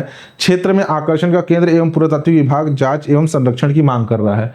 ऐसे सीढ़ी बने हुए हैं यहाँ पर, स्टेप्स, ठीक, स्टेप्स बने हुए हैं। पहले तालाब के अंदर डूबा हुआ था ये एरिया। ठीक, इंपॉर्टेंट है, याद रखना। नेक्स्ट, 300 वर्ष पुरानी नकटी बाजा। नकटी बाजा जो कि छत्तीसगढ़ की विलुप्त होती एक सांस्कृतिक धरोहर है, एक वाद्य यंत्र है। ये 80 वर्षीय घनसाय धनवार के पास संरक्षित रखा गया है। 300 साल पुराना वाद्य यंत्र है, जो कि मुख्य रूप से धनवार जनजाति के द्वारा जो है ये वाद्य यंत्र उपयोग किया जाता है, या वाद्य यंत्र जो है सांस्कृतिक रूप से उपयोग में लाया जाता है। प्रश्न पूछा जाएगा कि नकटी बाजा किस जनजाति से संबंधित है? धनवार जनजाति से संबंधित है। ठीक, ये जो है सितार जैसी ध्वनि निकलता है इसमें। ये जो गोल गोल दिख रहा है ना, ये सूखा हुआ तुमा है, तुमा यानी कि लौकी, सूखे हुए तुमे लगे होते हैं, और एक तरफ नकटी पंखा आकार का भाग होता है। ठीक, जिसमें बजाने पर ध्वनि और मधुर ध्वनि निकलती है सितार के समान। इंपॉर्टेंट, इसे याद रखना, नकटी बाजा। ठीक है, नेक्स्ट है इंटरनेशनल स्क्वैश टूर्नामेंट, जिसे ईस्टर्न स्लैम के नाम से भी जाना जाता है। इसका आयोजन हुआ 22 से 27 जून 2026 के मध्य स्क्वैश कॉम्प्लेक्स बूढ़ापारा रायपुर में। छत्तीसगढ़ स्क्वैश एसोसिएशन इसके आयोजक रहे। इसका ये जो लोगो है, इस लोगो में अगर आप देखेंगे तो ये है पहाड़ी मैना है इसमें। ठीक, उप मुख्यमंत्री अरुण साव ने इसका उद्घाटन किया था। 5 स्टार रैंकिंग की प्रतियोगिता है। भारत, सिंगापुर, मलेशिया सहित 3 देशों के एवं भारत के 21 राज्य एवं 349 खिलाड़ी इसमें शामिल हुए। इसमें junior, under 11, under 13, under 15, under 17, under 19, senior एवं मास्टर्स वर्ग भी इसके मध्य प्रतिस्पर्धाएं हुई। इसमें $2000 का जो है पुरस्कार राशि निर्धारित की गई थी, पुरुषों के लिए 1000 और महिलाओं के लिए 1000। मान्यता, एशियन स्क्वैश फेडरेशन एवं squash rackets federation of India के तत्वावधान से यह आयोजित हुआ। याद रख लेना, ईस्टर्न स्लैम, जिसे स्क्वैश टूर्नामेंट के नाम से जाना जाता है। नेक्स्ट, जशपुर पहली बार मिलेगा रेल नेटवर्क से। जशपुर को पहली बार रेल नेटवर्क से जोड़ा गया है। एक परियोजना है जो कि धर्मजयगढ़, पत्थलगांव और लोहरदगा, धर्मजयगढ़ जो कि रायगढ़ में है, पत्थलगांव जो कि जशपुर में है और लोहरदगा जो कि झारखंड में है। इसकी कुल लंबाई है 291 किलोमीटर के आसपास। विशेष रेल परियोजना है। छत्तीसगढ़ एवं झारखंड इसके लाभान्वित राज्य है। इसमें जो आपका जशपुर जिला है वो पहली बार सीधे रेल नेटवर्क से जुड़ रहा है। बस इसमें इतना ही याद रखना है और इधर लंद फंद का चीज याद मत रखना। ठीक, नेक्स्ट, सुशासन को जन जन तक सुघ्घर छत्तीसगढ़ अभियान। अब देखिए ये क्या है, अभियान का नाम क्या है, सुघ्घर छत्तीसगढ़ अभियान। इसका आधार मॉडल है नियत नीलानार योजना। नियत नीलानार योजना जो कि बस्तर संभाग में शुरू किया गया था 7 जिलों के साथ। अभी नियत नीलानार योजना ये जो है इसका विस्तार 10 जिलों में हो गया है। 7 जिले बस्तर संभाग के, 8वां गरियाबंद, 9वां मोहिला मानपुर अंबागढ़ चौकी और 10वां है आपका 10वां है आपका खैरागढ़ छुईखदन गंडई जिला। तो नियत नीलानार योजना की सफलता को देखते हुए अब प्रदेश सरकार इस नियत नीलानार मॉडल योजना को पूरे के पूरे छत्तीसगढ़ में लागू करने जा रही है। किस नाम से? सुघ्घर छत्तीसगढ़ अभियान के नाम से। तो ये नियत नीलानार मॉडल पर आधारित है। इसका जो विस्तार है कितने 23 जिलों में होगा। 23 जिलों में, क्योंकि अभी जो मैंने आपको बताया नियत नीलानार योजना 10 जिलों में है। बस्तर संभाग के 7 जिले, बस्तर, दंतेवाड़ा, सुकमा, बीजापुर, नारायणपुर, कोंडागांव, कांकेर और गरियाबंद, मोहिला मानपुर अंबागढ़ चौकी और खैरागढ़ छुईखदन गंडई, ये 10 जिलों में नियत नीलानार योजना है। छत्तीसगढ़ में जिलों की संख्या है 33, 33 माइनस 10 23, तो 23 जिलों में ये लागू किया जाएगा आपका सुघ्घर छत्तीसगढ़ अभियान। ठीक, जिसमें 31 प्रमुख जन कल्याणकारी योजनाओं को जो है शामिल किया गया है। बस इसमें इतना ही याद रखना। ये सेम नियत नीलानार योजना के ही समान है। शासन की योजनाओं को पात्र हितग्राहियों तक पहुंचाना इसका मुख्य उद्देश्य है। छत्तीसगढ़ में पहली बार राष्ट्रीय कैनोइंग एवं काइकिंग चैंपियनशिप का आयोजन हुआ। कहां पर आयोजन हुआ? रायपुर में आयोजन हुआ। इसके अलावा इसमें जानने के लिए और कुछ नहीं है। 24 राज्य के 393 खिलाड़ी, 35 खिलाड़ी छत्तीसगढ़ से शामिल हुए हैं। बस याद रखना, ये जो आपका कैनोइंग है, कैनोइंग और काइकिंग, ये दोनों के दोनों ना, ये प्रतिस्पर्धा ये ओलंपिक खेलों में भी शामिल है। कैनोइंग जो आपका कैनोई है, कैनोइंग, उसमें एकल ब्लेड पैडल होता है, यानी कि छोटा सा नाव होता है, छोटा सा नाव, एकल ये होता है, ये आपका एकल ब्लेड। ठीक, और जो आपका काइकिंग है ना वो डबल ब्लेड होता है, ये ऐसे डबल ब्लेड प्रतिस्पर्धा होती है। बस इसमें बताने के लिए और ज़्यादा कुछ नहीं है। इसका एक और देखेंगे आगे, जमीन के नीचे इतिहास में मिला। अच्छा, ये तो हम पढ़ चुके हैं, ये देख चुके हैं। जो बहमनी वाला जो गाँव वाला देखे थे ना, वही चीज है। देश का सबसे छोटा कठफोड़वा, ठीक है, ये कहां पर देखा गया? नवा रायपुर जंगल सफारी में। जंगल सफारी नवा रायपुर, ठीक है। इसका नाम क्या है? Brown capped pygmy woodpecker. जो कठफोड़वा है उसे वुडपेकर कहा जाता है, लेकिन हमारे जो जंगल सफारी में देखा गया वो देश का सबसे छोटा कठफोड़वा था। ठीक है, अभी ये वन्य जीवों से थोड़ा सा क्वेश्चन पूछे जा रहे हैं एग्जाम में, याद रख लेना। ब्राउन कैप्ड पिग्मी वुडपेकर नवा रायपुर जंगल सफारी में देखा गया। भारत का सबसे छोटा कठफोड़वा जो कि लगभग 13 से 15 सेंटीमीटर का है। आवास वृक्षों की छाल एवं वन्य क्षेत्र में रहता है। बस इसमें जानने के लिए और कुछ नहीं। नेक्स्ट है पर्यावरण चैंपियनशिप अवार्ड। पर्यावरण चैंपियनशिप अवार्ड दिया गया किसे? नारायणपुर जिले के कॉलेज को, जिसका नाम है लिंगो मुदियाल कृषि महाविद्यालय एवं अनुसंधान केंद्र, जो कि इंदिरा गांधी कृषि विश्वविद्यालय संबंधित है। नारायणपुर जिले का कॉलेज है, जिसे राष्ट्रीय पर्यावरण चैंपियनशिप अवार्ड 2026 से सम्मानित किया गया। विश्व पर्यावरण दिवस 2025 को देहरादून में यह सम्मान प्रदान किया गया।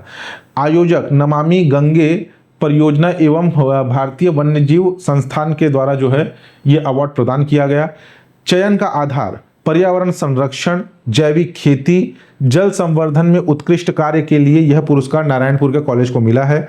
इस पुरस्कार के लिए देश भर के 1 विश्वविद्यालय, 3 कॉलेज और 5 स्कूल का चयन किया गया था, जिसमें से एक हमारा छत्तीसगढ़ का नारायणपुर जिले का लिंगो मुदियाल कृषि महाविद्यालय है। ठीक, नेक्स्ट देखिए, बाल हितैषी ग्राम पंचायत में प्रथम स्थान पर रहा हमारे ग्राम पंचायत कचिया, बलरामपुर रामानुजगंज जिले के वाड्रफ नगर। ठीक है, वाड्रफ वाड्रफ नगर में के अंतर्गत आता है कछिया ग्राम, जिसे जो है आपका PAI पंचायत एनालिसिस इंडेक्स ऐसे है, ठीक है। 2.0 सर्वेक्षण में 95.71 अंक प्राप्त हुए। बाल हितैषी पंचायत के थीम 3 यानी कि बाल हितैषी वाला जो श्रेणी है उसमें छत्तीसगढ़ में प्रथम स्थान प्राप्त हुआ है। बच्चों की शिक्षा, स्वास्थ्य, सुरक्षा एवं पोषण में उत्कृष्ट कार्य के लिए पुरस्कार प्रदान किया गया, ठीक है। नेक्स्ट देखिए, नेक्स्ट है आपका छत्तीसगढ़ में प्रमुख एथेनॉल उत्पादक संयंत्र केवल 4 जो है चालू है। एथेनॉल जिसका उपयोग आपका पेट्रोल में ब्लेंड करने के लिए हो रहा है, तो हमारे छत्तीसगढ़ में भी कुछ एथेनॉल उत्पादक संयंत्र है, जैसे कि मोदी बायोटेक प्राइवेट लिमिटेड, ये रायपुर संभाग में संचालित अनाज आधारित एथेनॉल प्लांट है। बजरंग केमिकल डिस्लरी जो कि आरंग रायपुर में स्थित एथेनॉल उत्पादन इकाई है। हयाती बेवरेज प्राइवेट लिमिटेड जो कि बेमेतरा जिले में संचालित एथेनॉल प्लांट है। और NKJ बायोफ्यूल यह छत्तीसगढ़ डिस्लरी के नाम से जाना जाता है। कबीरधाम में PPP मॉडल पर आधारित राज्य का पहला एथेनॉल प्लांट है। और भी प्लांट थे लेकिन बंद हो गए, लेकिन ये प्लांट अभी भी संचालित है। इनका नाम याद रख लेना और किस जिले में है वो याद रखना, ठीक। 23 साल की उम्र में चारू ने रचा इतिहास। ये चारू पांडे जो है हमारे छत्तीसगढ़ की निवासी, रायपुर की रहने वाली है, जिन्होंने 23 साल की उम्र में 19 परीक्षाएं ये पास कर चुकी है। सेंट्रल स्टेट दोनों मिलाकर के 19 परीक्षाएं पास करी है। अभी यहाँ बहुत से एस्पिरेंट ऐसे जिनका एक एग्जाम नहीं निकला है, इसने 19 एग्जाम निकाला है। SSC CGL, SSC CSL, ठीक है। इसके अलावा RRB group D, Delhi police, Chhattisgarh sub inspector, परिवहन विभाग भर्ती, तो ऐसे टोटल इसने 19 आपके एग्जाम निकाले हैं।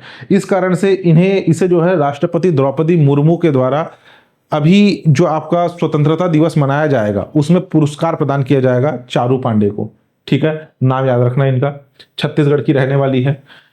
ये एक प्राचीन धरोहर है, आर्टिकल आया था, मुझे लगा इंपॉर्टेंट है, शामिल किया मैंने। श्री पुरांतक की प्रतिमा जो कि प्राप्त हुई थी खैरागढ़ छुईखदान गंडई जिले के घटियारी से, 11वीं सदी की प्रतिमा है, जो कि भगवान शिव का है। भगवान शिव की अष्टभुजा युक्त प्रतिमा है, जिसमें ऊपरी हाथ में आपका खडवांग, दाहिने ऊपरी हाथ में डमरू, मध्य हाथ में बाण, निचले हाथ में त्रिशूल धारण किए हुए है। भगवान शिव की विशेष मुद्रा में धनुष की प्रत्यंचा चढ़ाते हुए तथा बाएं पैर ऊपर उठाए दर्शाया गया है। यह बाएं पैर के नीचे रथ की सुंदर शिल्पांकन है, जिसमें नंदी अपने कंधों पर उठाकर दौड़ते दिखाया गया है। उन्होंने जटा मुकुट धारण किया हुआ है। वर्तमान में यह महंत घासीदास संग्रहालय में है। तो ये जो प्रतिमा है ना, ये प्रतिमा आपके भगवान शिव की है, जिसे त्रिपुरांतक की प्रतिमा कहा जा रहा है, ठीक। इंपॉर्टेंट है, याद रखना। नेक्स्ट, मचकोटा के जंगल में दिखा दुर्लभ रात का शिकारी, रात में शिकार करने वाला चिड़िया, लार्ज टेल्ड नाइटजर, ठीक है, इसका नाम है। बस्तर के मचकोटा में देखा गया प्रजाति का नाम है लार्ज टेल नाइटजर। पहचान रात्रिचर, रात में निकलता है, कीड़ों को खाता है, बस, ज्यादा कुछ नहीं। लेकिन अभी जिस हिसाब से क्वेश्चन पूछा जा रहा है उस हिसाब से मुझे इसको शामिल करना थोड़ा सा सही लगा। नेक्स्ट है, 11 साल बाद मिली मंजूरी रायपुर के जेम्स एंड ज्वेलरी पार्क को। जेम्स एंड ज्वेलरी पार्क यानी कि एक तरीके से ये पार्क का मतलब जहां पे हर एक ही उत्पाद से संबंधित अलग अलग वहां पे दुकानें होती है या वहां पे संयंत्र। अगर देखिए, अगर मैं इसको औद्योगिक पार्क से समझूं, जैसे एल्युमिनियम पार्क है हमारे छत्तीसगढ़ में, एल्युमिनियम पार्क जहां पे अलग अलग प्रकार के मैन्युफैक्चरिंग यूनिट है जो कि एल्यूमिनियम आधारित है। एक एल्यूमिनियम वहां पे रॉ मटेरियल के तौर पे यूज में लाया जाता है। कोई आपके एल्यूमिनियम जो कि एल्यूमिनियम से बाल्टी बनाएंगे, कोई मैन्युफैक्चरिंग यूनिट एल्यूमिनियम के बर्तन बनाएंगे, कोई मैन्युफैक्चरिंग यूनिट एल्यूमिनियम के पाइप बनाएंगे। तो वहां पे अलग अलग संयंत्र जरूर है, लेकिन वो सब में कच्चा माल के तौर में क्या उपयोग में लाया जाता है, एल्यूमिनियम, इसलिए उसे एल्यूमिनियम पार्क कहा गया। यह जेम्स एंड ज्वेलरी पार्क एक प्रकार का शॉपिंग मॉल आप इसको समझ सकते हैं, जहां पर रत्न एवं आभूषण से संबंधित सारे खरीदी बिक्री वाली चीजें यहीं पर होगी। देश का चौथा बड़ा जेम्स एंड ज्वेलरी पार्क है, 112 करोड़ की लागत से बन रहा है, 5 वर्षों में निर्माण होने का लक्ष्य है। यहाँ पे वेडिंग मॉल बनाया जाएगा। वेडिंग मॉल यानी कि शादी से संबंधित ज्वेलरी वाला एक मॉल भी इसके अंतर्गत बनाया जाएगा। इसमें जानने के लिए बस इतना ही है, इससे ज्यादा कुछ नहीं है। कहां पर बनाया जा रहा है, रायपुर में, ठीक है। छत्तीसगढ़ में खुलेगा पहला स्पोर्ट्स साइंस सेंटर, इंपॉर्टेंट है, याद रखना। कहां पर खुलेगा, बिलासपुर जिले के बहतराई, राज्य खेल प्रशिक्षण केंद्र बहतराई बिलासपुर में खिलाड़ियों का वैज्ञानिक मूल्यांकन करना एवं प्रदर्शन में सुधार करना। यानी कि अब वैज्ञानिक तकनीक के माध्यम से, एआई के माध्यम से उनका परफॉर्मेंस चेक करना, अगर कुछ गड़बड़ी है तो उसमें सुधार करना। इसमें खेल एंथ्रोपोमेट्री होगा, बायोमैकेनिक्स होंगे, व्यायाम शरीर विज्ञान होगा, फिजियोथेरेपी एवं स्पोर्ट्स रिहैब होंगे, खेल पोषण, खेल मनोविज्ञान, strength and conditioning, data analysis AI आधारित। तो एक स्पोर्ट्स साइंस सेंटर बनाया जा रहा है बिलासपुर बहतराई में। नेक्स्ट है आपका वरिष्ठ आईपीएस अधिकारी श्री सुंदर राज पी जी को राष्ट्रीय जांच एजेंसी के इंस्पेक्टर जनरल पद पे नियुक्त किया गया। छत्तीसगढ़ के हैं, छत्तीसगढ़ कैडर से संबंधित है, बस इतना याद रखना, जिन्हें राष्ट्रीय जांच एजेंसी में इंस्पेक्टर जनरल बनाया गया। इसमें भी जानने के लिए उतना कुछ नहीं है, ठीक। नेक्स्ट, पीएम मातृ वंदना योजना, प्रधानमंत्री मातृ वंदना योजना में छत्तीसगढ़ रहा पहले स्थान पर। पंजीयन एवं प्री रजिस्टर हितग्राहियों के निराकरण में देश भर में प्रथम स्थान पर रहा। अगर किसी एक जिले की बात किया जाए तो जांजगीर चांपा जिला 96% लक्ष्य पूर्ति के साथ प्रदेश में अव्वल रहा। प्रधानमंत्री मातृ वंदना योजना, जिसमें प्रथम जीवित जन्म शिशु पर 5,000 रुपए और दूसरी अगर बालिका जन्म लेती है तो उसमें 6,000 रुपए 3 किस्तों में प्रदान किया जाता है। माता और शिशु के पोषण के लिए दिया जाने वाला आर्थिक सहायता राशि है। तो उसमें हमारा छत्तीसगढ़ इसमें पहले स्थान पर रहा। किसमें? पंजीयन यानी कि रजिस्ट्रेशन में, माताओं का रजिस्ट्रेशन कराने के मामले में। कैमरे में कैद हुआ दुर्लभ सोन कुत्ता, ठीक है, देखने में भेड़िया दिखता है, भेड़िया लोमड़ी के जैसा दिखता है, लेकिन सोन कुत्ता है, ठीक है। सोन कुत्ता जिसे ढोल कहा जाता है, कहां पर देखा गया? ये देखा गया उद्दंती सीतानदी टाइगर रिजर्व में। ऐसा लग रहा है सभी के सभी दुर्लभ जानवर केवल उद्दंती सीतानदी टाइगर रिजर्व में ही जाकर के बैठ गए हैं। जितने भी दुर्लभ जानवर है सब वहीं पे दिख रहे हैं, ठीक है। या तो फिर वहां के जो वन अधिकारी है वो ज्यादा सचेत है, जो कि खोज करके इनका फोटो वायरल कर रहे हैं। तो ये दुर्लभ जो आपके सोन कुत्ते हैं ये उद्दंती सीतानदी टाइगर रिजर्व में देखे गए, बस इसमें इतना ही और इससे ज्यादा कुछ नहीं। अब इसका आप ज्यादा से ज्यादा इनका वैज्ञानिक नाम पढ़ सकते हैं, लेकिन वो मुझे इंपॉर्टेंट नहीं लग रहा। चार दुर्लभ सोन कुत्ते या ढोल कहां पर देखे गए? ये देखे गए आपके उद्दंती सीतानदी टाइगर रिजर्व में। नेक्स्ट, नया रायपुर या नवा रायपुर के बीच आकार ले रहा है नया शहरी विस्तार। एक नया शहरी विस्तार बनाया जा रहा है, नामकरण अभी किया नहीं गया है। 1077 एकड़ में विकसित किया जा रहा है। अगर आप देखेंगे तो इसका विस्तार जो है ये मंदिर हसौद, इधर माना एयरपोर्ट और नकटी, और ये है आपका नवा रायपुर और सिरखेड़ी, इसके बीच में ये बन रहा है। इसमें ये जो नकटी वाला एरिया है ना, ये भी काफी चर्चा में आया है। इस नकटी वाले एरिया में ये देखो, ये माना एयरपोर्ट के समीप है, और ये जो नकटी वाले एरिया के लोगों का बसा बुसाया जो एरिया था, जो बसे बुसाए लोग थे, उनको रातों रात वहां से हटा दिया गया। अभी अगर आप न्यूज़ में काफ़ी, न्यूज़ तो छोड़ दीजिए, न्यूज़ तो बिका हुआ है, अगर आप सोशल मीडिया में काफ़ी एक्टिव होंगे तो नकटी गांव के लोगों की दशा आप समझ रहे होंगे। कुछ लोगों ने हाल ही में यहाँ पर घर बनाया था, उस घर को तोड़ा गया। इस नकटी गांव में बसाया जाएगा विधायकों को। हमारे छत्तीसगढ़ के जो 90 विधायक है ना, उनके लिए यहाँ पर घर बनाया जाएगा ताकि वो सुविधा तरीके से एयरपोर्ट से फ्लाइट ले सके। हर विधायक का अपने विधानसभा क्षेत्र में खुद का घर है, विधानसभा के पास में भी उनके लिए अलग से घर बनाया गया है।